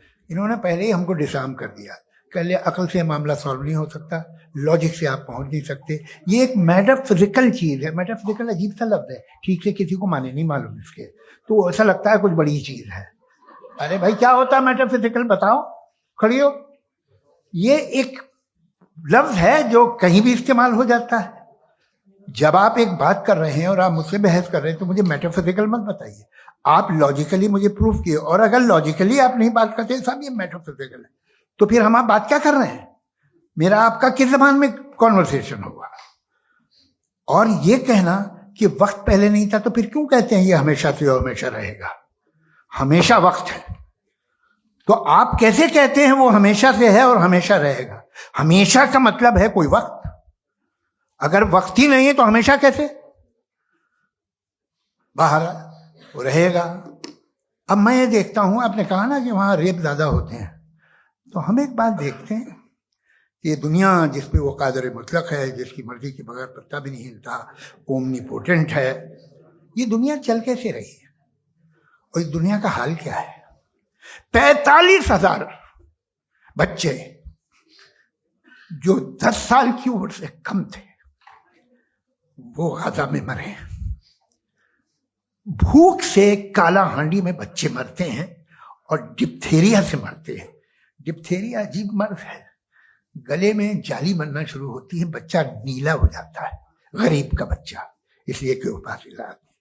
ये कादर मुतलक है जो चाहे कर दे, इससे आप दुआएं मांगते हैं हमारी ये काम कर दे वो कर दे, तो इसका मतलब डे टू डे लाइफ में वो इंटरफेयर करता है और ये देख रहा है वो। अगर वो वाकई भी है फॉर डिस्कशन सेक, तो मैं जब दुनिया देखता हूं तो मेरे दिल में उसके लिए कोई इज्जत नहीं पैदा होती। ये क्या कर रहे हो तुम पूरे ऑल पावरफुल हो, ओमनीपोटेंट हो, ओमनी प्रेजेंट हो। तुम तो वहां गाजा में रहे होगे ना, तुम हर जगह हो। तुम देख रहे थे कि बच्चे की कैसे धज्जियां उड़ रही, तुम देख रहे थे और तुम चाहते हो मैं तुम्हारी परस्तिश करूंगा, तुम हो भी। अरे यार, इसके अच्छे तो हमारे चीफ प्राइम मिनिस्टर हैं, कुछ तो ख्याल करते हैं। कमाल है, आप किसकी इबादत कर रहे हैं? अगर वो है भी, ये दुनिया नाइंसाफी से, जुल्म से, जबर से, तशद्दुद से भरी हुई। और आप ये मत कहिएगा कि वो देख रहा है और वो बताएगा एक दिन। अगर वो देख रहा है और इंटरफेयर नहीं करता तो आप दुआ क्यों मांगते? आप कहते हैं मेरा ये काम करा दे, इसके मतलब है वो दखल दे सकता है, वो आपको नौकरी दिलवा सकता है, भले दूसरे आदमी को ना मिले, मगर आपका काम कर देगा चूंकि आपने दुआ मांगी है। तो जब वो आपको नौकरी दिला सकता है, लड़की की शादी कर सकता है, बेटे को ग्रीन कार्ड दिलवा सकता है, तो कम से कम ये जो मर रहे हैं बच्चे, इनको रोक दे, कुछ तो कर। मुझे तो दुनिया में, इस दुनिया का कोई मालिक है, इसका ओमनीपोटेंट कोई रूलर है, और ये दुनिया ऐसी चल रही है। मैं तो चाहूंगा कि भाई ना हो, अगर हो तो बड़ी शर्मिंदगी की बात है। शुक्रिया।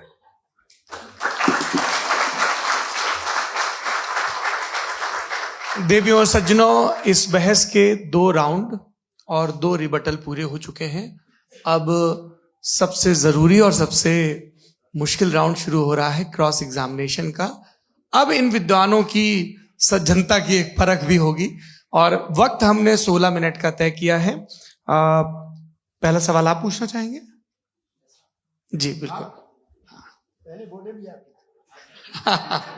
आप माइक ले लीजिएगा हाथ में, नीचे से।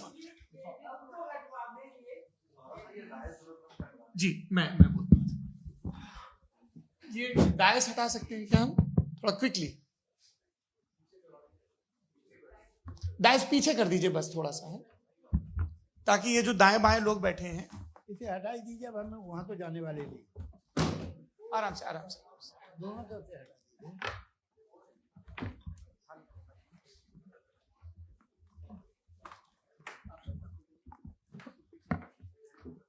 इस बीच आप लोग भी अपने अपने सवाल तैयार कर लें। ये ध्यान रखेंगे कि मैं यहां से सवाल लूंगा, आप लोगों को अपना हाथ ऊपर करना है, अपना नाम बताना है और अधिकतम 3 वाक्यों में अपना सवाल पूरा करना है। कई लोग सवाल की जगह भाषण देने लगते हैं, उससे आज बचना है। जी मुफ्ती साहब, पहला सवाल आपका, 16 मिनट है, हम दोनों लोगों के सवाल लेंगे। जी बहुत शुक्रिया। आपकी जो अभी बात हुई बहुत अहम थी, मैं इसको चाहूंगा कि आगे डिस्कस करूं, लेकिन चूंकि अभी ये वो सेगमेंट है क्रॉस एग्जामिनेशन, तो सबसे पहला सवाल आपसे ये है कि जो मैं इतनी देर से कॉन्टिंजेंसी आर्ग्यूमेंट आपको बता रहा था, ये अकल से ही बता रहा था हजरत, आप ये बताएं कि आप इन्फिनिट रिग्रेस ऑफ कॉजेस को पॉसिबल मानते हैं या नेसेसरी बीइंग के एग्जिस्टेंस को सही समझते हैं, क्योंकि दो ही ऑप्शन हो सकता है, आप ये बताएं। देखिए, आपको मैं ईमानदारी से बात करूं, एक तो मैं कॉन्टिजेंसी वर्ड ठीक से समझता हूं, और इस वक्त भी जो आपने अंग्रेजी के अल्फाज इस्तेमाल किए वो जरा थोड़े से मुझे डिफिकल्ट और कॉम्प्लिकेटेड लगे, तो आप जरा सिंपल जबान में सवाल कर सकते हैं। बिल्कुल कर सकता हूं। जी, यूनिवर्स की हर चीज कॉन्टिंजेंट होने का मतलब यह है कि वो अपने एग्जिस्टेंस में किसी के ऊपर डिपेंडेंट है। जो भी चीज डिपेंडेंट होगी वो चीज इंडिपेंडेंट नहीं हो सकती, तो उसका कोई ना कोई कॉज होगा। तो अब आप क्या समझते हैं कि ये इन्फिनिट रिग्रेस है, यानी कॉज पर कॉज, कॉज पर कॉज, कॉज पर कॉज, और कभी कोई यानी ये एंडलेसली चलता रहा? क्योंकि अगर ऐसा होगा तो हम तो एग्जिस्टेंस में आते ही नहीं। लॉजिकली ये मुत्तफक अलैह चीज है, मुत्तफक अलैह अग्रीड अपॉन। इस पे हमने एग्री किया था कि मुश्किल शब्द आएगा तो अर्थ बताना पड़ेगा। तो इन्फिनिट रिग्रेस तो पॉसिबल नहीं है, तो कहीं ना कहीं आपको रुकना पड़ेगा ऐसे नेसेसरी बीइंग पर। नहीं, कोई जरूरत नहीं रुकने की। किसने कहा आप रुकना पड़ेगा? आप रुकते हैं खुदा पे, आप नहीं रुकते। आप कहते हैं वो हमेशा से, जब उस वक्त से है जब वक्त नहीं था। आप कहाँ रुकते हैं कि अब हुआ था वो? आप नहीं कहते। हम क्यों नहीं मान सकते कि यूनिवर्स जो है और बल्कि मल्टीवर्सेस जो है वो हमेशा से हैं, वो बनती है, बिगड़ती है। एक हमारे यहाँ एक चीज है ब्लैक होल, वो समेट लेता है वापस, फिर ब्लास्ट होता है, फिर फैल जाता है। और इसमें हमारी तो खैर कोई औकात ही नहीं है इंसान की। एक छोटे से जर्रे पे हम 50-60 साल की उम्र रखते हैं, जो करोड़ों अरबों साल की कायनात है उसमें, और पैदा भी निहायत ही बेहुदा वजह से हुए थे। तो इसमें है ये सोचना कि इसकी वजूहात और ये क्यों है, ये डिपेंडेंट है, ये हम देख रहे हैं। क्या मालूम, आप सोचिए कि ये जो फैल रही है कायनात, ये कहाँ फैल रही है, ये कहाँ जा रही है, और ये फैल क्यों रही है? अरे बना ली थी तुमने, रुको भैया, हाँ काफी है। ये फैल क्यों रही है? ये और कौन सी कायनात जिसे मैं दूरबीन से देखता हूं तो 2 बिलियन लाइट ईयर पे है, उससे मेरा कोई वास्ता ही नहीं है। 2 बिलियन ईयर यानी अगर मैं 80,000 माइल्स पर सेकेंड से चलूं तो 20 करोड़ साल में वहां पहुंच जाऊंगा। इसकी जरूरत क्या थी? ये दुनिया, ये कायनात तो इंसान अशरफुल मखलूकात के लिए बनाई गई ना। तो ये सब ये टर्म समझ में नहीं आया, इसमें कोई खास समझने वाली बात थी भी नहीं। ये जो अल्टीमेट कहा यह जाता है कि ये जो पूरी यूनिवर्स है, ये जो दुनिया है, ये इंसान के लिए बनाई गई। अच्छा, ये सब इंसान के लिए। क्यों साहब, सही है ना? बिल्कुल, लेकिन इसका ये मतलब नहीं कि किसी चीज के पीछे रीजन आपको नहीं पता तो रीजन नहीं है, इसे कहते हैं नहीं, मुझे नहीं पता, लेकिन मेरी जिम्मेदारी नहीं। वो बिल्कुल सही कहा था उसने, बर्टन रसल ने। आपने उसे मजाक में टाल दिया कि भाई आप एक दावा कर रहे हैं, मैं क्यों कहूं कि ये गलत है दावा? आप प्रूफ कीजिए, मेरे पे जिम्मेदारी ही नहीं है, मैंने थोड़ी कहा है। आप प्रूफ कीजिए कि ये सही है। आप आर्ग्यूमेंट ऑफ कंटिंजेंसी का जवाब ही नहीं दे रहे हैं। पूछना चाहेंगे है? आप सवाल पूछना चाहेंगे मुफ्ती साहब से? क्योंकि ये क्रॉस एग्जामिनेशन का दौर है। आप जैसे पहले बोल रहे थे फेथ को लेके कुछ, मैं ये पूछना चाहूंगा कि खुदा ने जो भी रेवल्यूशन किए हैं, एक मजहब के नहीं बहुत से मजहबों में किए हैं, अलग अलग रेवल्यूशन है। कहीं कुछ एक बातें हैं, कॉन्ट्रडिक्शन भी है आपस में, कहीं कुछ आप कर सकते हैं, कहीं कुछ नहीं कर सकते। ऐसा नहीं है कि सबकी कोड ऑफ मॉरल एक है। तो ये किस्सा क्या है? अब आप ये देखिए कि मुझे कभी कभी लगता है कि जो फुटबॉल फाइनल होता है, लाखों लोग होते हैं, फिर वो टीवी कवर कर ली, करोड़ों लोग, अगर उसमें खुदा की एक बूमिंग आवाज आ जाती, मैं गॉड हूं, तो सारे लोग अभी सुन लेते और टीवी पे भी सुन लेते, किस्सा खत्म होता। ये इतनी राजदारी क्या है कि तुम सामने कुछ तो सबूत दे दो हमें सॉलिड। ये कह साहब ये यूनिवर्स कैसे बनी, इससे मसला क्या हल होगा? मैं पूछूंगा आपसे खुदा कैसे बना? क्यों नहीं पूछूंगा कैसे बना? बल्कि वो तो कायनात से कहीं ज्यादा इंटेलिजेंट है, कायनात से कहीं ज्यादा कॉम्प्लेक्स। जी वो हमेशा से है। आप कहेंगे मैं मान लूंगा। अच्छा, दोयम वो कादिर मुतलक, यानी कादिर मुतलक मतलब ओमनीपोटेंट, वो जो चाहे कर सकता है। आपको नौकरी दिलवा सकता है, आपकी अच्छी जगह शादी करवा सकता है, आपके पड़ोसी आपका मुकदमा हरवा सकता है, आपको जिता सकता है, सब काम करता है। थोड़ा सा माइक क्लोज जी। वो इस दुनिया को चला कैसे रहा है, ये दुनिया कैसे चल रही है, आपको इस पे हैरत नहीं होती?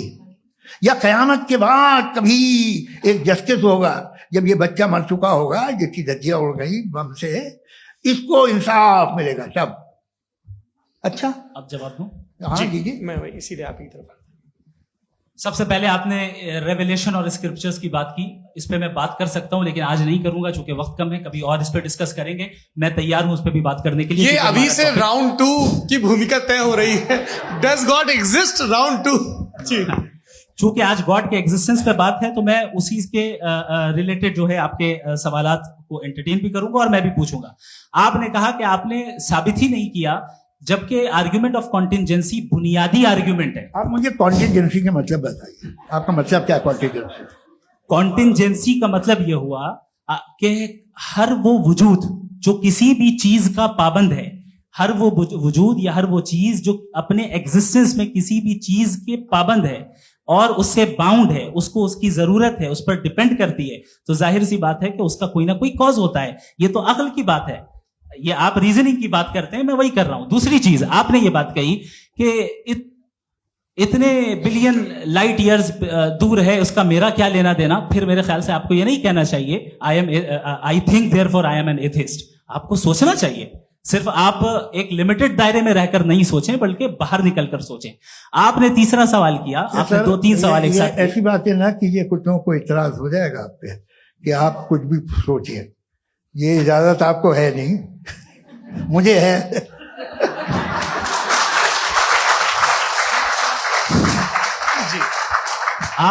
आपने प्रॉब्लम ऑफ इविल के ताल्लुक से सवाल किया और बार बार आप एक लफ्ज रिपीट कर रहे हैं कि ओमनीपोटेंट गॉड है, ऑल पावरफुल गॉड है।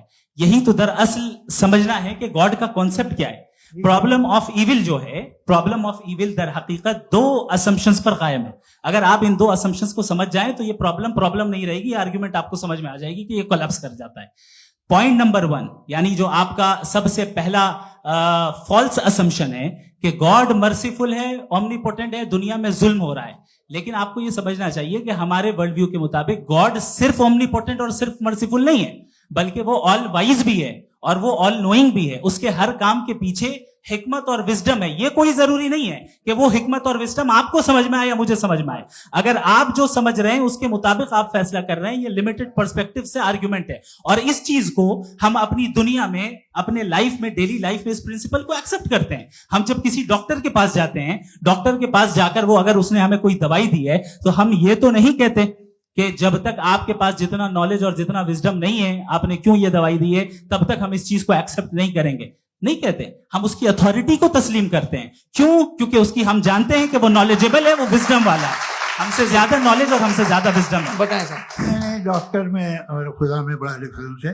डॉक्टर पढ़ा लिखा होता है एक, तो मैं उसकी बात सुनूंगा। 2 ये नहीं, कुछ जवाब तो ये भी नहीं है सर। प्लीज आप अगर सब ऑडियंस से बोलने लगेंगे तो फिर मतलब नहीं सिविलाइज्ड बहस का। मतलब आप ये कहें कि क्योंकि आप डॉक्टर पे बिलीव करते हैं इसलिए खुदा पे बिलीव कीजिए, क्या ये मिसाल आपको समझाने के आर्गुमेंट है, इस पे आपको एतराज नहीं है। तो सिंपल बात ये है कि मैं अगर ये यकीन कर लूं कि एक ओमनीपोटेंट, उसकी मसलहत है, ये जो बच्चे मर रहे हैं ये मसलहत है उसकी, मुझे नहीं चाहिए इसकी मसलहत। उसकी मसलहत नहीं, यही तो समझना है, मतलब एक्सपीरियंस। अच्छा, इस आपने अभी मेरी बात पूरी सुनी नहीं। मैंने कहा आपका पूरा आर्ग्यूमेंट 2 फॉल्स असम्पशंस पर है। एक फॉल्स असम्पशन मैंने बता दिया, दूसरा फॉल्स असम्पशन ये है कि इस दुनिया में इविल के होने का कोई गुड रीजन नहीं है, जबकि हमारे पास बाज रीजंस मौजूद हैं, हमारे पास बाज वजूहात मौजूद हैं। अगर इस दुनिया में इविल ना हो तो आप गुड को डिफाइन कैसे करेंगे? अगर जुल्म ना हो आप इंसाफ को समझेंगे कैसे? अगर तारीकी ना हो तो आप लाइट को समझेंगे कैसे? बहुत अच्छा। अभी और सुन लें, अभी और बाकी है। ये तो बात बहुत पसंद आई साहब मुझे कि जब तक रेप ना हो तब तक औरतों की इज्जत का ख्याल आपने मेरा जवाब पूरा सुना ही नहीं। जब तक के बच्चों का कत्ल ना किया जाए तब तक आपको बच्चों की मासूमियत की इज्जत। आपने पूरा जवाब सुना ही नहीं। क्या बात है, क्या आपने नुक्ता निकाला? आपने पूरा जवाब सुना ही नहीं। आप सुन लें, मेरी बात सुन लें। ये मैंने आपको एक चीज बताई। दूसरी चीज, इस दुनिया में हम आए हैं टेस्ट के लिए, हमारा टेस्ट हो रहा है और हर इंसान का अलग अलग अंदाज में टेस्ट होता है। और इस दुनिया में अगर इविल मौजूद है तो वो इविल जरिया है हमारे अंदर ह्यूमन नोबल क्वालिटीज को डेवलप करने का और अलग अलग फील्ड में प्रोग्रेस करने का। और अगर हमारे अंदर और इस दुनिया में इविल नहीं होता तो बताइए टेस्ट का मतलब क्या होता? अगर मैं अपने स्टूडेंट को एमसीक्यूज दूं और उसमें सिर्फ राइट आंसर लिख कर दे दूं और कहूं तुम्हारा टेस्ट हो गया, ये मीनिंगलेस है। इस दुनिया में अगर हम टेस्ट के लिए आए हैं तो जाहिर है गुड एंड इविल दोनों मौजूद है। तो अगर गुड एंड इविल दोनों मौजूद है तो ये इविल भी खुदा का बनाया हुआ है? जी हाँ, खुदा का बनाया हुआ है। लेकिन अच्छा, चलो अच्छी बात। जी बिल्कुल, तो बिल्कुल खुदा ने बनाया। अभी तो ये है कि जो मेजॉरिटी है दुनिया में वो इविल है, तो ये खुदा एक्चुअली इविल के साइड पे लग रहा है मुझे। बिल्कुल भी मैं बता मेजॉरिटी में तो वो है। क्या बात कर रहे हैं भाई आप? कोई भी जो मुंसिफ होगा, चाहे आपका अपना घर हो जिसके आप सबसे बड़े हैं, चाहे आपकी ऑर्गेनाइजेशन हो जो आप चलाते हैं, वहां पर आप इविल रखेंगे साबित करने को कि बाकी लोग शरीफ हैं? मेरी बात सुनिए, क्या ये आर्ग्यूमेंट ही गलत है? अगर कि जब तक के कोई इविल नहीं होगा तब तक के शरीफ आदमी शरीफ नहीं लगेगा। अगर एग्जामिनर गलत ऑप्शन दे रहा है तो एग्जामिनर इविल नहीं हो गया, जो गलत ऑप्शन को सेलेक्ट कर रहा है वो फेल होगा। क्रिएटर ने इविल को बनाया है लेकिन वो इविल नहीं है। अच्छा सुनिए मेरी बात, let me complete sir. Creator ने इविल को बनाया है टेस्ट के लिए, वो इविल नहीं है। इविल वो होगा जो उसे इख्तियार करेगा। छुरी को बनाने वाला गलत नहीं होता है, छुरी का गलत इस्तेमाल करने वाला गलत होता है। रेप को कैसे गलत इस्तेमाल करते हैं? रेप इंसान के फ्री विल का नतीजा है। ये रेप कैसे गलत इस्तेमाल होता है? ये मुझे अब सुन ले गलत इस्तेमाल होता है। हाँ मैं बता रहा हूँ ना, कैसे गलत? मैं बता रहा हूँ कि जो इविल इस दुनिया में मौजूद है उसके कई सारे तरीके हैं। एक तरीका इंसान का अपना फ्री विल है। अब अगर कोई रेपिस्ट रेप कर रहा है तो इसका गॉड का कसूर नहीं है, वो अपने फ्री विल का गलत इस्तेमाल कर रहा है, उसको सजा मिलनी चाहिए। अच्छा, और उसी के लिए जहन्नम बनाई गई है। ये फ्री विल का भी बड़ा चक्कर। आप जब कोई बुरा काम करते हैं, कोई बुराई होती है, तो ये कहा जाता है कि ये फ्री विल है। 7 billion free wills are moving on this planet. 7 billion free will. और एक आदमी अपनी फ्री विल से मुझे कत्ल कर दे तो मैं खुदा की मर्जी से मारा हूं कि इसकी फ्री विल की वजह से?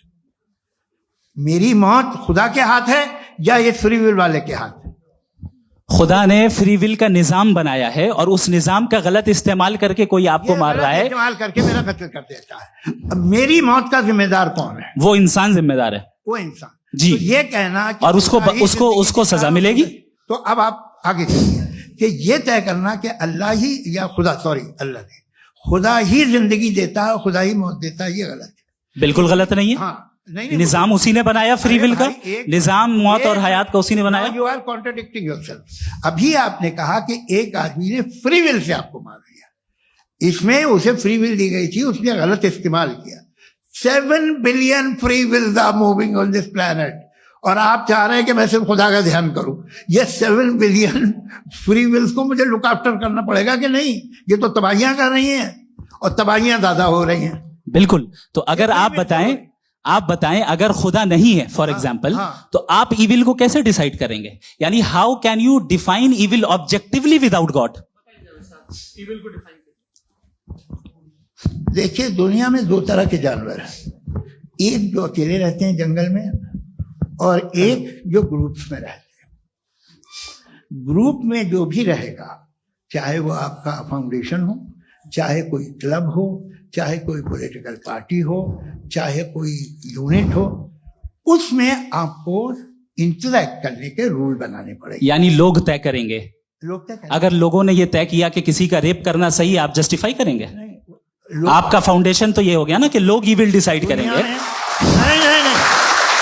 अरे दुनिया में ऐसे ग्रुप्स हैं जो रेप को जायज मानते हैं सर्टेन हालात में। मैं डिटेल में नहीं जानूंगा, आप भी जानते हैं। ये जो आईसिस वाले थे इन्होंने क्या किया था, तो उन्होंने क्या किया उसका खुदा से कोई ताल्लुक नहीं है सर। मैंने सिंपल सवाल किया कि इविल को आप डिफाइन करते कैसे हैं? आइए वापस आइए जी। आप साथ में तभी रह सकते हैं जब कुछ आप ऐसे उसूल डेवलप करें जिसमें हर एक का बेसिक तहफ़्फ़ुज़, हर एक का बेसिक राइट हो और हर एक को कोई आराम मिले। यही तरीका है किसी भी ऑर्गेनाइजेशन जिसमें एक से ज़्यादा लोग हैं। और वो ऐसे चलती है जिंदगी। उसमें अगर आप गड़बड़ करेंगे तो तबाही होगी, नुकसान होगा, बर्बादियां आएंगी। और अगर उसमें आप घर ले लीजिए ना, एक हस्बैंड है, एक वाइफ है, बच्चे हैं, वालदा भी हैं, 2 बहनें भी हैं, एक भाई भी है। अब इसमें कोई निज़ाम आपको चाहिए साथ में रहने का, और एक दूसरे पे भरोसा रहे, एक दूसरे के बहीख्वाह हों, एक दूसरे की मदद करें, ऐसी जिंदगी। सर आपकी बात आ गई, आप ये कह रहे हैं कि लोग डिसाइड करेंगे क्या सही है क्या गलत है, यही है मेजॉरिटी डिसाइड करेगी क्या सही है क्या गलत है? अरे भाई बिल्कुल। मेजॉरिटी अगर ये कहे कि नाजी जर्मनी के साथ जिस तरह मेजॉरिटी थी कि जेनोसाइड करना सही है, आप जस्टिफाई करेंगे? उस वक्त आपका ये उसके बाद क्लोजिंग। हाँ, उस वक्त प्लेनेट पे जो लोग थे, हाँ। उनमें कितने लोग हिटलर को सही समझते? अच्छा, प्लेनेट की मेजॉरिटी तय करेगी सोसाइटी की नहीं, प्लेनेट की मेजॉरिटी गॉड के एग्जिस्टेंस को सही मानती है, आप क्यों नहीं मानते? ये हेलो ये क्रॉस क्वेश्चन का राउंड यहाँ पर समाप्त होता है। और ये बड़ा अच्छा है कि इस तरह से फ्रेगमेंट कर दिया गया है ताकि जो मरकरी ऊपर जा रहा है नीचे जवाब दे दूं। जी, प्लेनेट की ज्यादातर मेजॉरिटी कुछ दूसरे मजहबों के खुदा को मानती है। आप उन्हें क्यों नहीं, आप तो मेजॉरिटी की बात कर रहे अच्छा हैं। ये क्लोजिंग आप ये कह रहे हैं इविल और गुड को डिसाइड मेजॉरिटी करेगी, मेजॉरिटी जो कर दे वो सही हो जाएगा। क्लोजिंग इसको जैसा आप ही लोगों ने तय किया है उसी फॉर्मेट को फॉलो कर लेते हैं। हाँ भाई, मैंने तो भले लोगों पे एतबार किया और तब मॉडरेशन तय किया। जी, आपके पास 5 मिनट का वक्त है, क्लोजिंग आर्ग्यूमेंट है, उसके बाद हम ऑडियंस से क्वेश्चन आंसर लेंगे जावेद साहब की क्लोजिंग आर्ग्यूमेंट के बाद। ओके, बहुत शुक्रिया जी। हमारा जो टॉपिक है डज गॉड एग्जिस्ट, मैं इस पे इतने एकेडमिक तैयारी करके आया था, मुझे था कि मैंने सोचा था कि कई सारे मैं आर्ग्यूमेंट्स दूंगा, लेकिन वक्त की भी किल्लत और जावेद साहब बार बार इधर उधर चले जा रहे थे तो उसको भी थोड़ा एंटरटेन करना पड़ गया। डज गॉड एग्जिस्ट पे मैं एक ही आर्ग्यूमेंट दे पाया, आर्ग्यूमेंट्स बहुत हैं और डेफिनेटिव आर्ग्यूमेंट्स हैं, और मेरे आर्ग्यूमेंट को किसी एक राउंड में भी इन्होंने एंटरटेन नहीं किया और रेफ्यूट नहीं किया, एक राउंड में भी नहीं, एक राउंड में भी नहीं, और ना ही अभी आपका क्लोजिंग आर्ग्यूमेंट आएगा, नहीं हो बता देना। Argument of contingency sir. अरे मैं आपसे कई बार कह चुका हूँ कंटीजेंसी का मतलब अब मैं कैसे समझाऊं आपको आपस में? हाँ, आप और कितने आसानी से समझाऊं मैं, मुझे तो नहीं समझ में आ रहा है। आप अपनी आर्ग्यूमेंट ऑफ कंटीजेंसी उर्दू में बोल सकते हैं। हाँ, आप अपनी बात पूरी कर लें जी, आखिरी 4 मिनट। दूसरी चीज, just a minute please ma'am, can I talk? दूसरी चीज ये है कि आपने एक तो इसका जवाब नहीं दिया, दूसरा आपने गॉड के ना होने पर कोई डेफिनेटिव आर्ग्यूमेंट नहीं दिया, सिर्फ मजहब पे बात कर रहे हैं आप। मजहब तो आज हमारा टॉपिक ही नहीं था, आज तो हमारा टॉपिक हो, आप मजहब से ले लेकर आईएस तक चले गए। भाई हमारा क्या ताल्लुक है उससे? We condemn them. और उसका गॉड से क्या ताल्लुक है? अगर कोई गलत काम कर रहा है, किसी ने किसी को कत्ल किया, किसी ने किसी का रेप किया, उसको सजा मिलनी चाहिए। और आपके पास कोई भी rational strong foundation of morality नहीं है। आपने कहा कि मेजॉरिटी तय करेगी सोसाइटी की, वो सही होगा। मैंने कहा हिटलर को फिर आप सही कहेंगे, नहीं, प्लैनेट की सोसाइटी की मेजॉरिटी तय करेगी। तो प्लैनेट की मेजॉरिटी गॉड के एग्जिस्टेंस को मानती है, आप कह रहे हैं ये रिलीजियस है। तो यानी आपके पास कोई स्ट्रॉन्ग फाउंडेशन नहीं है ऑब्जेक्टिव मोरालिटी का। ऑब्जेक्टिव मोरालिटी का अगर कोई फाउंडेशन है तो वो सिर्फ गॉड है, गॉड है, गॉड है। थैंक यू जी। ये मुफ्ती शमाइल नदवी साहब का क्लोजिंग आर्ग्यूमेंट था। अब हमारे पास जी ये बड़ा अच्छा है कि दोनों लोगों को मॉडरेटर से शिकायत भी और बोल रहे भाई हमारी शाबाशी भी तो करते चलो। अब मेरी बात जी, आपके पास जावेद अख्तर साहब 5 मिनट का वक्त है, ये आपका क्लोजिंग आर्ग्यूमेंट है, टाइम रीसेट कर दें जी। देखिए, बहुत सारी बातें हैं। गॉड का डेफिनेशन दुनिया के किसी भी रिलीजन में है कि वो ओमनीपोटेंट है, ओमनीप्रेजेंट है, he is just, he is kind, he loves you and so on. मैं जब दुनिया देखता हूँ तो मुझे कोई ऐसा सुप्रीम पावर यहाँ दिखाई नहीं देती है जो इंसान की बहबूदी के लिए कुछ कर रही हो, कमजोर को बचा रही हो, मदद कर रही हो, जालिम को पीछे हटा रही हो। मैं नहीं देखा, तारीख में नहीं। एक तो अगर है और ये देख रहा है तमाशा, तो उसका होना न होना बराबर है। दोयम ये कि ये जो है, जब आप ये कहते हैं कि कायनात जिसकी कंटीजेंसी है, मैं देखिए वो लफ्ज इस्तेमाल किया मैं, तो ये कैसे हो सकती है भाई? और फौरन आप सरेंडर कर देते हैं कि जाहिर है कि इसका बनाने वाला तो इससे 10,000 गुना था कॉम्प्लिकेटेड होगा, उस पर आपके होने पे कोई इतराज नहीं है। उसे वो टाइमलेस है, वो पहले से था, टाइम तो बहुत बाद में आया, ये सब आप मानने को तैयार है, जिसका आपके पास कोई सबूत नहीं, आपके पास कोई रीजन नहीं है। आपकी तारीख क्या है मजहबों की, बिलीफ की, जो खुदाओं का बिलीफ है, ये कॉन्स्टेंटली गलत साबित होता रहा है। मतलब आप कहें कि अरिस्टोटल के जमाने में तो सब जाहिल थे, वो भी इतने ही यकीन से खुदा पे यकीन रखते थे, जो अब नहीं रहा, ये भी नहीं रहेगा, आप लिख लीजिए। और इसके आसार आपको दुनिया में दिखाई देना शुरू हो चुके हैं। ये बहस क्या आज से 100 साल पहले इस तरह हो सकती थी? यहां तक तो आपको हम ले आए हैं। तो सर अरे इनको मदद की जरूरत नहीं भाई, ये सेल्फ सफिशिएंट आदमी है, आप क्यों इनकी मदद कर रहे हैं? Sir please. तो ये जो है तमाम बातें अपनी जगह हैं, ये एक पैकेज है। आप अकेले, कोई आदमी ऐसा नहीं जो सिर्फ गॉड को मानता हो, उसके साथ बहुत पैराफर्नेलिया आता है, अलग अलग पैराफर्नेलिया आते हैं। They have always created chaos in the society. मैं तो आपको सीधा ऑफर देता हूं कि दुनिया में 10 इंपॉर्टेंट बिलीव्स है, आप एक मानते हैं, 9 नहीं मानते, 9 में आप एथीस्ट हैं, 9 को आप बिल्कुल रीजनेबली मेरी तरह देखते हैं। तो 90 मजहबी आदमी भी 90% एथीस्ट है, वो दूसरे खुदा नहीं मानता, एक खुदा मानता है अपना वाला, बाकियों को कहता है गलत है। अगर आप मानना ही बंद कर दे तो आपका 10% चांस है कि आप सही हैं और 90% चांस है कि आप गलत हैं। मेरा मशवरा है, आप मानना छोड़ दिए तो 50% चांस होगा कि आप सही हैं और 50% चांस होगा, 40% आप गेन करेंगे बाय बिकमिंग एथीस्ट।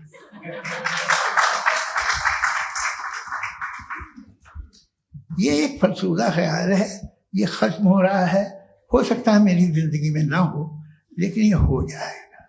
जो बातें ये इनको आप मेटाफिजिकल, ये वो ऐसे रिस्पेक्टेबल टर्म दे दिए, ये तो उन लोग के हैं जिन्हें ना फिजिक्स मालूम थी ना मेटा मालूम था, ये उन्होंने आपको दिए हैं।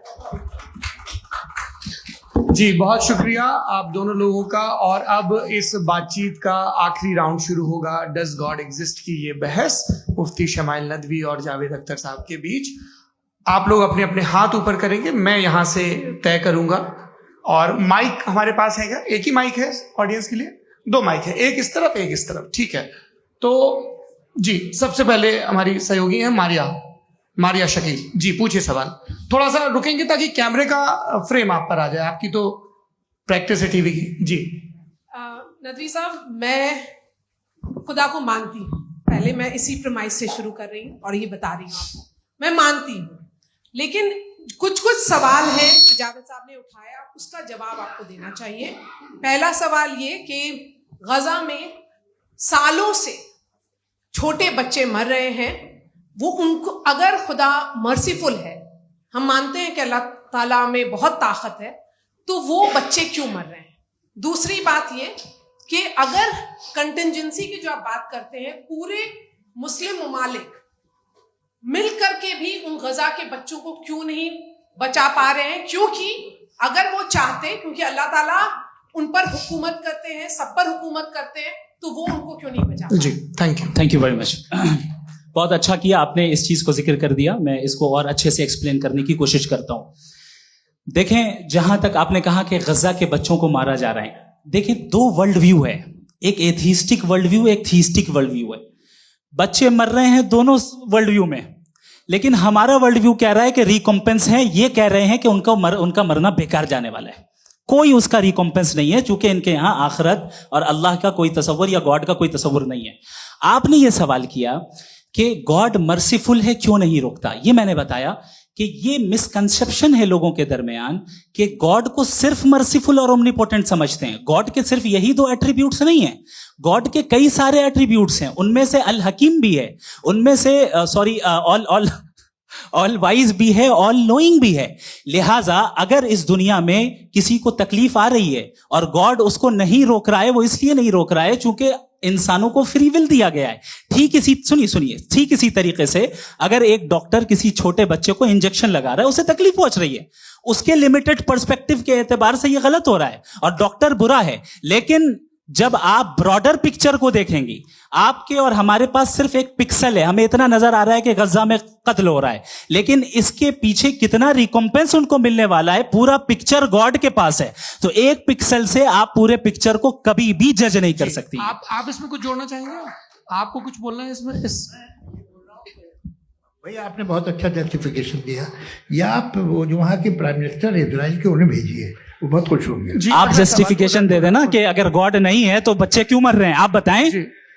वो ये सवाल पूछ रहे हैं कि अगर आप ईश्वर का अस्तित्व नहीं मानते हैं तो उन बच्चों की मौत को आप कैसे इंटरप्रेट करते हैं?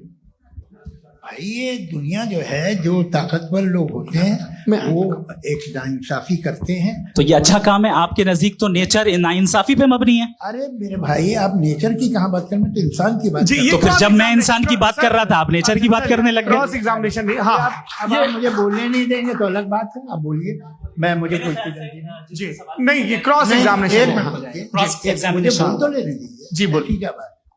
बात ये है कि ह्यूमन सोसाइटी तभी साथ में रह सकती है जब वो मोहब्बत से, एकता से, एक दूसरे के एहतराम करके रहे। इसके अलावा पॉसिबल नहीं है, अकेले तो इंसान रह नहीं सकता। वहां पर कुछ लोग हैं जो फाउल करते हैं। वो फाउल हम हमेशा से तारीख में होता आया है। आज ये हो रहा है, जो हो रहा है बहुत बुरा हो रहा है, बहुत जालिमाना है, बहुत जाबराना है। उसको आप कहें कि ये बच्चों को कॉम्पनसेशन मिल जाएगा या इसकी इंजेक्शन है, इंजेक्शन तो हेल्थ के लिए दिया जाता है। आप ये कह रहे हैं कि ये बच्चों की जो धज्जियां उड़ रही हैं ये इंजेक्शन है, ये टेस्ट है, ये टेस्ट है, और उस टेस्ट में उनको ऐसा रिकॉम्पेंस मिलेगा जो आपके तस्वुर के बाहर है। ये आप 3 बरस के बच्चे को बारूद से उड़ा के टेस्ट ले रहे हैं। वाह, वो नहीं ले रहा है, खुदा नहीं उड़ा रहा है, इजराइल उड़ा रहा है। जी, ये तो उसको कंडेम अगला सवाल लेते हैं। अगला सवाल लेते हैं प्रोफेसर पुरुषोत्तम अग्रवाल। मुफ्ती साहब, एक निवेदन आपसे है कि कम से कम थोड़ा सा माइक क्लोज एक रिलीजियस और फिलोसफिकल कर मैं प्लीज। एक रिलीजियस और फिलोसफिकल ट्रेडिशन है जो ब्रह्मांड को यानी यूनिवर्स को ही अंतिम मानती है। सर्वम खलु इदम ब्रह्मम, this is Chandogya Upanishad, and it completely rules out the existence or necessity, आपके शब्दों में necessity of a creator. The creation itself is the creator. तो एक मिनट प्लीज।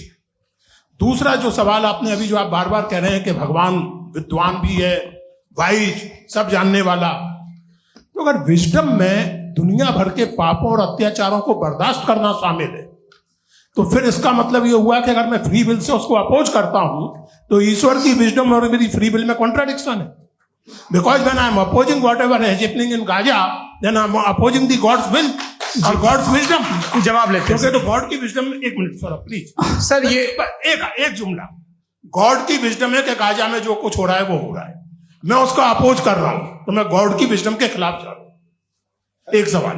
दूसरा ये नहीं, आपने 2 ऑलरेडी। सर आप और सवाल कर लें, लेकिन मुझे 2 जवाब दे। पहले आपने ये कहा, सुनिए मेरी बात सुनिए। इजराइल के गॉड के मुताबिक तुम्हारा ठीक हो रहा है ना? नहीं हो रहा है, ठीक नहीं हो रहा है। मैं बता रहा हूँ क्या हो रहा है, आप तशरीफ रखें, मैं बता रहा हूँ क्या हो रहा है।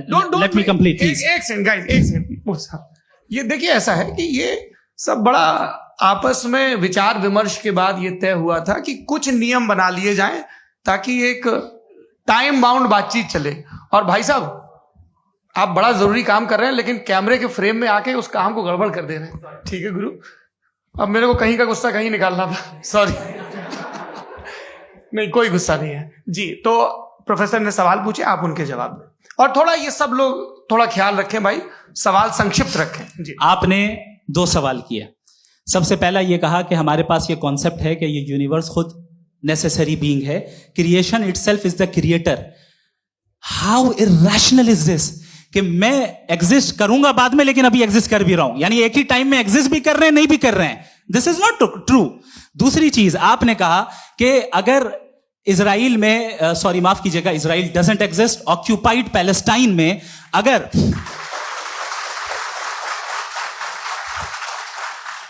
ऑक्यूपाइड पैलेस्टाइन में बच्चों को मारा जा रहा है फ्री विल की वजह से और गॉड नहीं रोक रहा, ये कॉन्ट्रडिक्शन है। ये बताइए कि एक एग्जाम में एक बच्चा गलत आंसर लिख रहा है, सुनिए, एग्जामिनर चाहे तो रोक सकता है, क्यों नहीं रोक रहा है?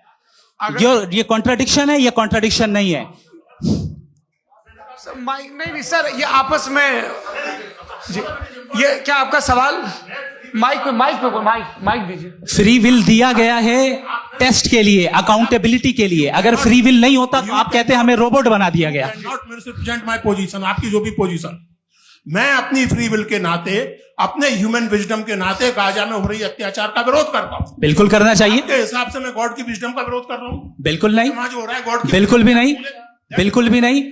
उसका वहां पर गाजा में कत्ल होना ये इंसानों के गलत इस्तेमाल का नतीजा है, फ्री विल के इस्तेमाल का नतीजा है। गॉड इसका हुक्म नहीं देता, उससे रोकता है। यही तो मसला है ना। आपके लिए कॉन्सेप्ट क्लियर? नहीं भाई, आपने तो बताया था इंजेक्शन लगाने से बच्चे को तकलीफ होती है, ये इंजेक्शन लगा। सर आप ऐसे रेटोरिक स्टेटमेंट दे तब तो कोई मसला नहीं समझते रहेंगे। This is a rhetoric statement, this is not a logical argument sir. I am sorry, I am sorry. आखिरी 30 मिनट बड़े मुश्किल होने वाले हैं। जी, मुफ्ती साहब आगे बैठे हैं, इनको माइक दीजिए। हाँ, तरुण माइक आप अपने पास रखिए, आपको कैमरे का फ्रेम पता है जी। सबसे पहले दोनों को मुबारकबाद। एक सर अपना आप नाम बता दें। आप अमेरिका में शिकागो में रहते हैं, इतना मुझे याद है। बताया आप, यासिर नदीम अलवाजदी मेरा नाम है। जावेद सर, आपसे क्वेश्चन है इन्फिनिट रिग्रेस के ताल्लुक से। एक हाइपोथेटिकल सिनेरियो है, मसलन अगर आप सर माइक थोड़ा सा प्लीज क्लोज रखिए जी। अगर आप शायर इसलिए हैं कि आपके कोई उस्ताद शायर थे, और वो इसलिए शायर थे कि उनके कोई उस्ताद शायर थे, और इसी तरीके से हम माजी में पीछे चलते चलते चले जाएं और कहीं ना रुके, तो माफ कीजिएगा आप कभी शायर नहीं हो सकते। लेकिन आप शायर हैं, आपका शायर एग्जिस्ट करता है, इसका मतलब यह है कि आप कहीं ना कहीं रुके हैं। तो मेरा सवाल यह है कि क्या आप इन्फिनिट रिग्रेस ऑफ कॉजेस को लॉजिकल फैलेसी मानते हैं या नहीं मानते? हाँ या ना? मैं इन्हें लॉजिकल फैलेसी नहीं मानता हूं, लेकिन मेरा प्रॉब्लम यह है कि जब मैं नहीं मानता हूं तो I will continue with this logic जो फैलेसी नहीं हो। आप एक जगह रुक जाते हैं जाके, आप कहते हैं ये गेंद कैसे बनी, ये जजीरा कैसे बना, ये समंदर कैसे बना, ये जमीन कैसे बनी, और अचानक गॉड पे जाके आपको ब्रेक लग जाता है। एक बार आप सवाल नहीं करते कि भाई इनको बनाने वाला तो इनसे भी कॉम्प्लिकेटेड होगा, वो कैसे बना, उसके बारे में आपने इत्मीनान कर लिया वो हमेशा से। तो अगर आप उसे हमेशा से मानते हैं तो फिर ये मान लीजिए कि कायनात हमेशा से, क्या तकलीफ हम वजूद में नहीं आते जी है? हम मौजूद नहीं। अच्छा सर क्यों नहीं होता? मैं बताऊं प्लीज। मैंने मिसाल दी आपके शेर, आपका शेर कभी वजूद में ना आता अगर शायर इसी तरह चलते रहे हमेशा। जी माइक मेरे ख्याल से एक सेकंड। इन्फिनिट रिग्रेस का कॉन्सेप्ट क्लियर नहीं हो पाया। सर रहने दें, लेट्स मूव ऑन। ठीक है। हाँ, थोड़ा सा मॉडरेटर का भी ख्याल रखें। नहीं आपने तो रखा है, आपने रखा है। यहाँ पे गौहर रजा साहब हैं, वो भी एक सवाल पूछना चाहते हैं। माइक नीचे से ऑन कर दिए, नीचे। पहले तो ये कह दूं कि मैं उन बच्चों से शर्मिंदा हूं जिनको गजा में कत्ल किया गया, क्योंकि हमारे होते हुए कत्ल किया गया। लेकिन उससे ज्यादा शर्मिंदगी इस बात से हुई कि मुझे लगा कि मुफ्ती साहब उसको जस्टिफाई कर रहे हैं। बिल्कुल भी नहीं। आप बहुत ही गलत, मुझे लगा मैं गलत हो सकता हूं। बिल्कुल गलत मैं है। सवाल पूछ रहा हूं, सवाल मैं देखिए, सवाल अगर पूछ रहा हूं। एक मैं जावेद भाई से डिसएग्री करता हूं। एक सेकंड देखिए, अगर देखिए ऐसा एक सेकंड आप सर वेट अरे आप कुछ मेरे पहले मुझे अपनी बात कह लेने दीजिए। अगर ऑडियंस तय करेगी तो फिर मॉडरेटर का मतलब नहीं। मेरा आप सबसे ये कहना है, ये बहस दो लोगों के बीच में है, एक तरफ मुफ्ती साहब, एक तरफ जावेद साहब। पिछले 1.5 घंटे से ये लोग अपने अपने तर्क रख रहे हैं। आपकी इनसे इत्तेफाकी हो सकती है, ना इत्तेफाकी हो सकती है। मेरे उस्ताद मुझे सिखा गए हैं कि मुखामुखम में असहमति की गुंजाइश बची रहनी चाहिए। अगर मैं आपकी बहुत इज्जत करता हूं गौहर साहब, आपने जो कमाल की किताबें लिखी, साइंटिफिक टेम्परामेंट, लेकिन मेरी ये गुजारिश है आप सबसे कि यदि आप इन लोगों ने जो बोला उन पर टिप्पणियां करेंगे तो ना वक्त की पाबंदी रहेगी, ना वो अनुशासन। आप सवाल पूछ लें, उस सवाल में जो बात आ जाए वो आ जाए। मैं जावेद साहब से डिसएग्री करता हूं, इसलिए जावेद साहब से सवाल पूछ रहा हूं। आपका सवाल जावेद अख्तर साहब से। और सवाल यह है मेरा कि जावेद साहब ने कई बार लॉजिक का इस्तेमाल किया कि साइंस में लॉजिक है और रिलीजन में लॉजिक नहीं है। मेरा ख्याल यह है कि रिलीजन में भी लॉजिक है, लेकिन उस लॉजिक की बेसिस यह है कि आप रुक जाते हैं, जिसका जिक्र जावेद साहब ने बार बार किया। यानी खुदा के तसव्वुर पे आते हुए, गॉड के तसव्वुर पे आते हुए रुक जाते हैं।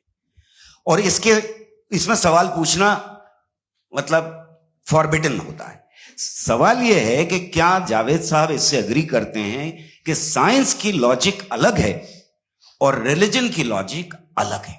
बताइए सर। देखिए, तीन चीजें हैं, साइंस है, एक है मंतिक है, इस्तिदलाल है, और एक जो है कुछ भी नहीं है, फेथ है, अकीदा है। मैं अकीदे की लॉजिक का कायल नहीं हूं। मुझे आप इस्तिदलाल से, लॉजिक से, रीजन से समझाइए, मैं मानने को तैयार हूं, मेरा क्या नुकसान होगा।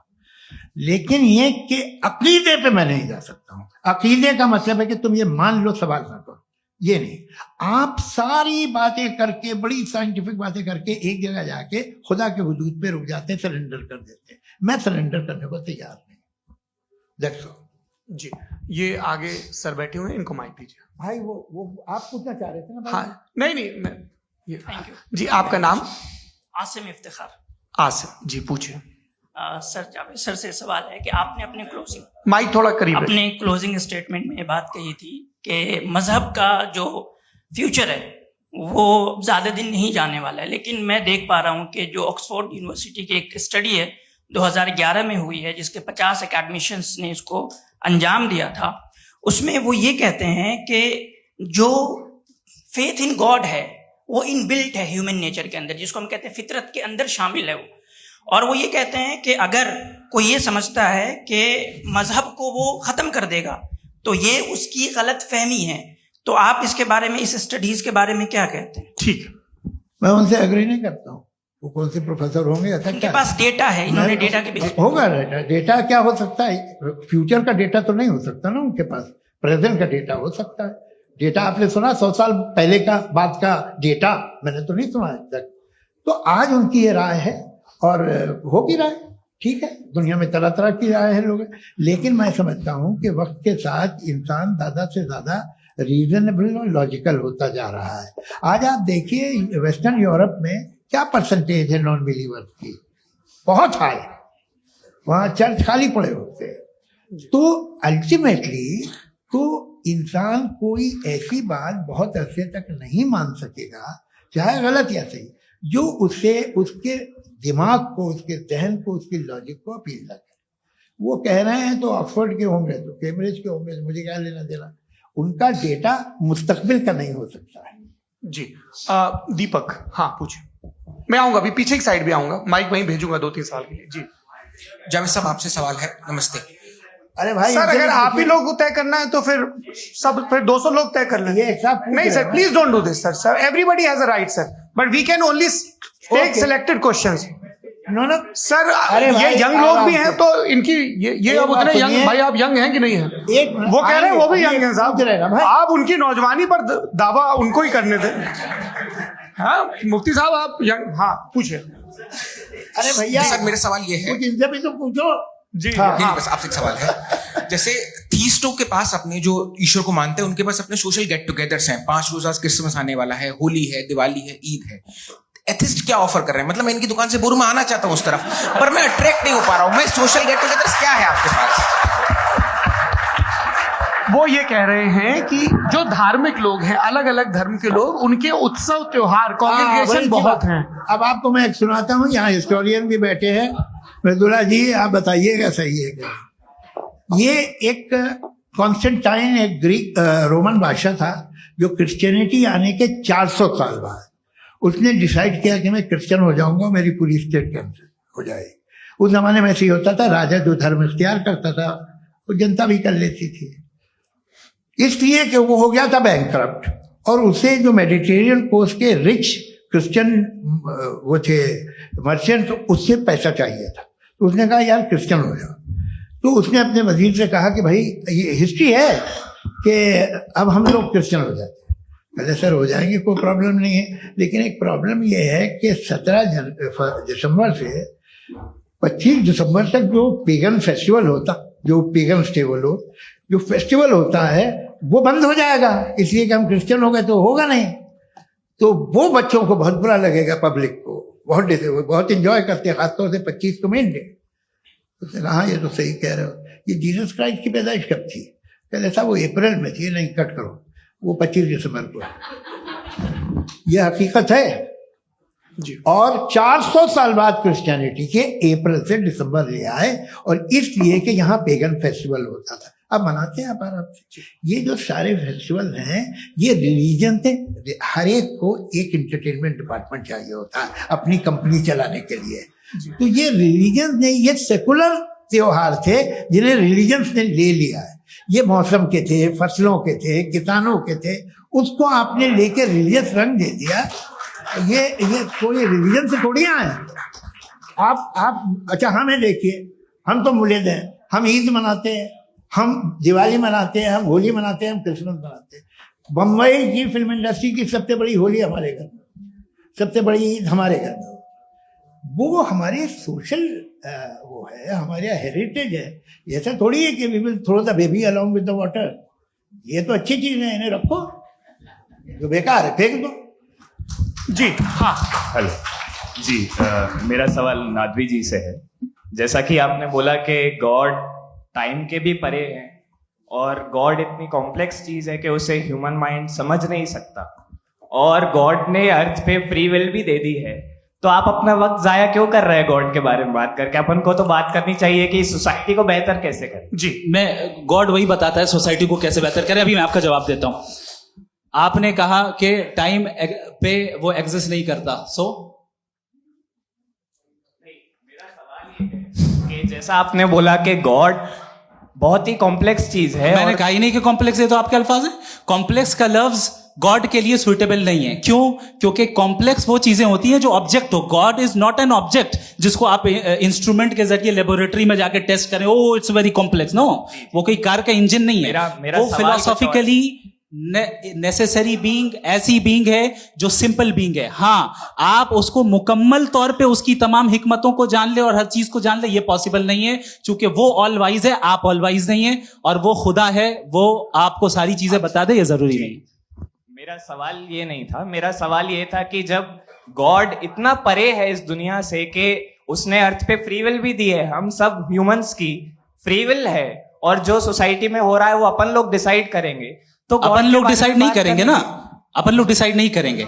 गॉड जो है, गॉड ने वो उसकी जात, उसकी एग्जिस्टेंस टाइम एंड स्पेस से परे है, लेकिन वो हमारा टेस्ट ले रहा है और उसी गॉड ने हमें बताया कि तुम्हें क्या करना है क्या नहीं करना है, तो जाहिर है उस गॉड की बात सुनेंगे ना। वो पीछे एक चश्मा लगाए जो मैम खड़ी हैं, उनको दीजिए। हाँ आप जी जी बिल्कुल आएंगे। देखिए मैं कोशिश कर रहा हूँ सब तरफ जाने की। हाँ उनको दीजिए माइक जी। हेलो सर, मैं ओमनी प्रेजेंट नहीं हूँ, टाइम पाबंद हूँ, और जहां तक कोशिश कर सकता हूँ करूंगा। जी अपना नाम बताइए। मेरा नाम उर्सुला है, मैं दिल्ली यूनिवर्सिटी की एक स्टूडेंट हूँ और मैं स्टूडेंट फेडरेशन ऑफ इंडिया से हूँ। मेरा सवाल मुफ्ती जी से है कि इस हॉल के इस कमरे में बैठ के हम लोग रेप की मोरालिटी के बारे में फिलोसफिकली बात तो कर सकते हैं, बट असलियत ये है कि रोजमर्रा की जिंदगी में औरतें रेप के थ्रू गुजरती हैं, और हम लोग सिर्फ नंबर्स पे इस तरह नहीं देख सकते, क्योंकि कितनी औरतें हैं इन कंट्रीज में जहां पे आप बता रहे हैं कि केसेस कम हैं, जिनका एक्सेस है कि वो जाके केस फाइल कर सकें। कितनी औरतें हैं जो जिनको काम करने की आजादी है उन कंट्रीज में। यूरोप में ये आजादी आ गई, यूरोप में ये रूल्स आ गए, तो हम आज उसके बारे में बात कर पा रहे हैं। जी जवाब।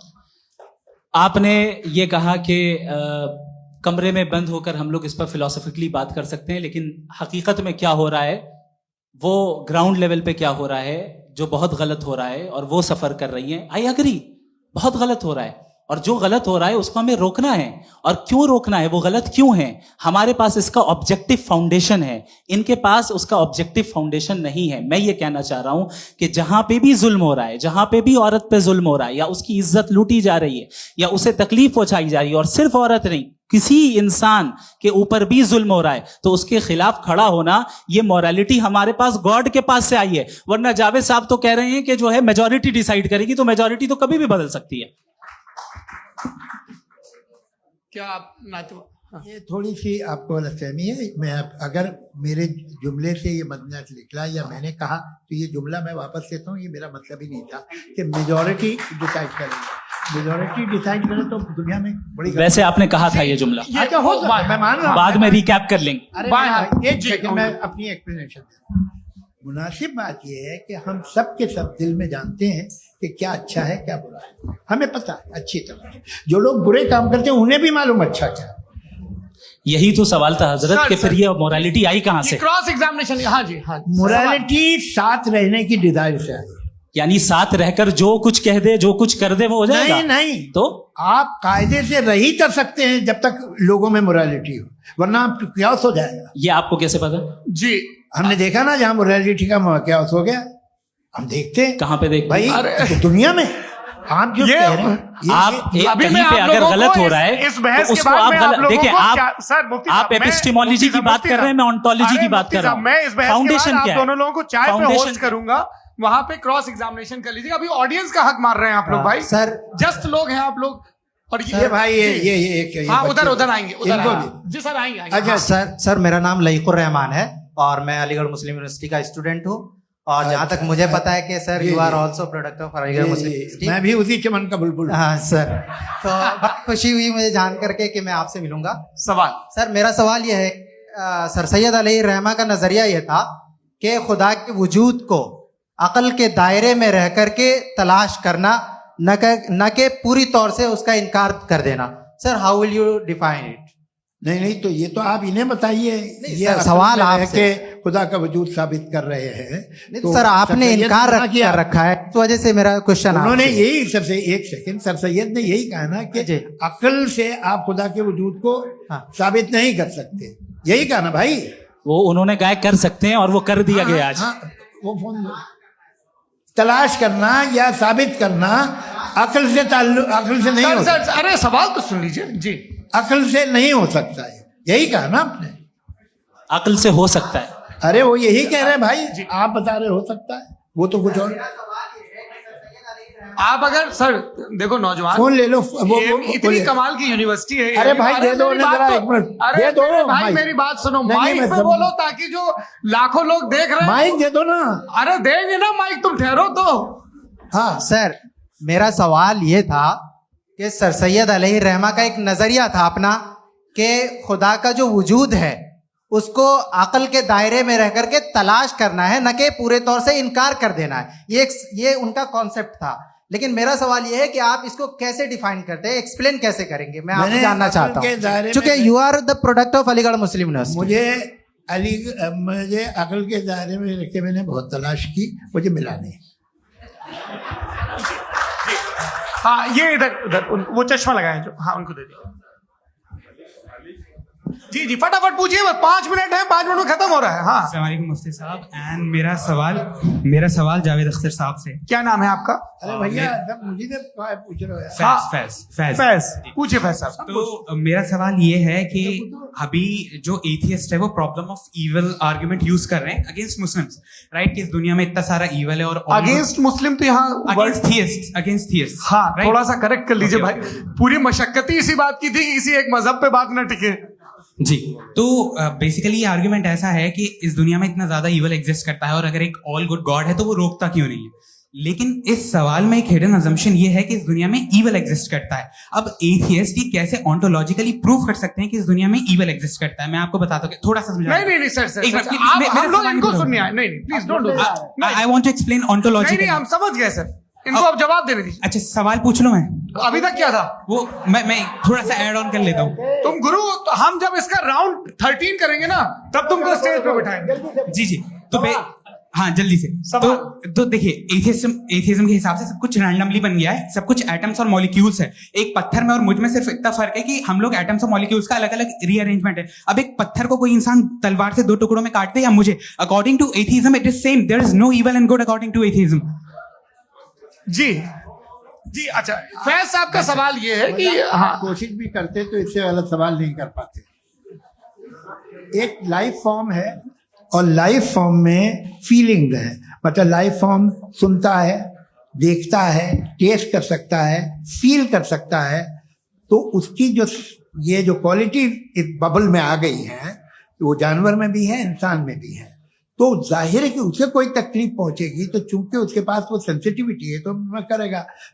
पत्थर में वो सेंसिटिविटी नहीं है। तो ये क्या सवाल हुआ कि अगर पत्थर को काटा तो पत्थर को तकलीफ नहीं होती, तो आपको काटे तो आपको क्यों तकलीफ हो? बैठ जाइए। जी हाँ अगला सवाल। हाँ पूछे। जी जावेद अख्तर साहब, अरे भैया, सब आप लोग मुफ्ती साहब को छोड़ रहे हैं तो मेरे ही पीछे पड़े हैं क्या? फिर चलो बोलो भाई। You asked how God can exist when children die in Gaza. हाँ, You asked how God can exist when children die in Gaza, and you also mentioned the rise of atheism in Europe. But the same events also are leading many atheists and non-believers to turn towards faith.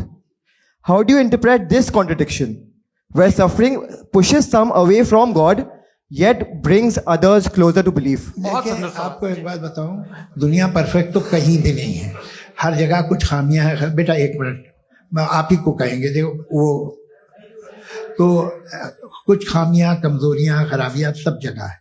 लेकिन अगर देखोगे ईमानदारी से कि दुनिया सबसे ज्यादा महज़ब कहाँ है, एक आम शहरी को कहाँ हुकूक हासिल हैं, वो बोल सकता है, अपनी मर्जी से काम कर सकता है, अपनी मर्जी से राय दे सकता है, हुकूमत के खिलाफ बोल सकता है, बरसरे इख्तिदार लोगों के बारे में बोल सकता है, सरमायादारों के खिलाफ बोल सकता है। तो आपको ये स्कैंडिनेवियन कंट्रीज में मिलेगा, वेस्टर्न यूरोप में मिलेगा। मैं नहीं कह रहा वो परफेक्ट है, बिल्कुल नहीं, वहाँ बहुत खराबियां भी हैं, परफेक्ट तो कोई नहीं। लेकिन जिन जिन मुल्कों में, लैटिन अमेरिका देखो, गल्फ देखो, वहां पर आपको ये जरूर है कि रेप नहीं होते होंगे। रेप की जरूरत क्या है भाई? उसको तो खरीद लो, घर में रखो, तो सड़क पर रेप करने की क्या जरूरत है? मगर सुनिए सुनिए सुनिए, मगर हकीकत ये है कि वहाँ शख्सी आज़ादी राय देने की, बोलने की नहीं है। जी, ये एक आखिरी सवाल मुफ्ती साहब से। हाँ मैम, इनको माइक दीजिए। शुक्रिया। मेरा नाम मनीषा है, मैं हरियाणा से आई हूँ। मैं मुफ्ती साहब से एक बात पूछना चाहती हूँ। आप बार बार जावेद साहब को कॉन्ट्राडिक्ट तो कर रहे हैं कि आपने ये कहा, लेकिन आप भी अजम्पशंस के बेसिस पे बात कर रहे हैं। आपने खुदा के होने का कौन सा प्रूफ पेश किया है, खुदा की एग्जिस्टेंस का?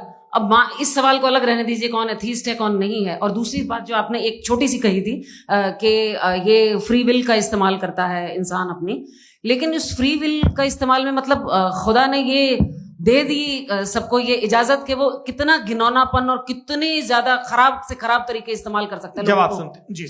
आप फ्री विल को मानती है ना, या अब कहती है कि फ्री विल नहीं है ना? मानती है ना? तो अब आपके पास इसका कोई एक्सप्लेनेशन नहीं है कि अगर एक इंसान उस फ्री विल का इस्तेमाल करके गलत काम कर रहा है और बच के अच्छी जिंदगी गुजार के निकल जा रहा है, उसका कोई रिकॉम्पेंस नहीं है।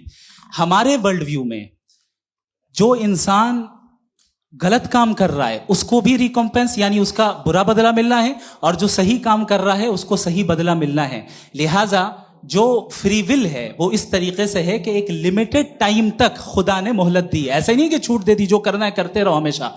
वक्त आएगा जब एग्जाम का टाइम खत्म होगा तब रिजल्ट आएगा। दौराने एग्जाम जबरदस्ती आपको नहीं बताया जाएगा। अरे भाई एक सेकंड, जी, एक सवाल मुफ्ती साहब से मेरा। सर मैम मुफ्ती साहब से जी, हाँ,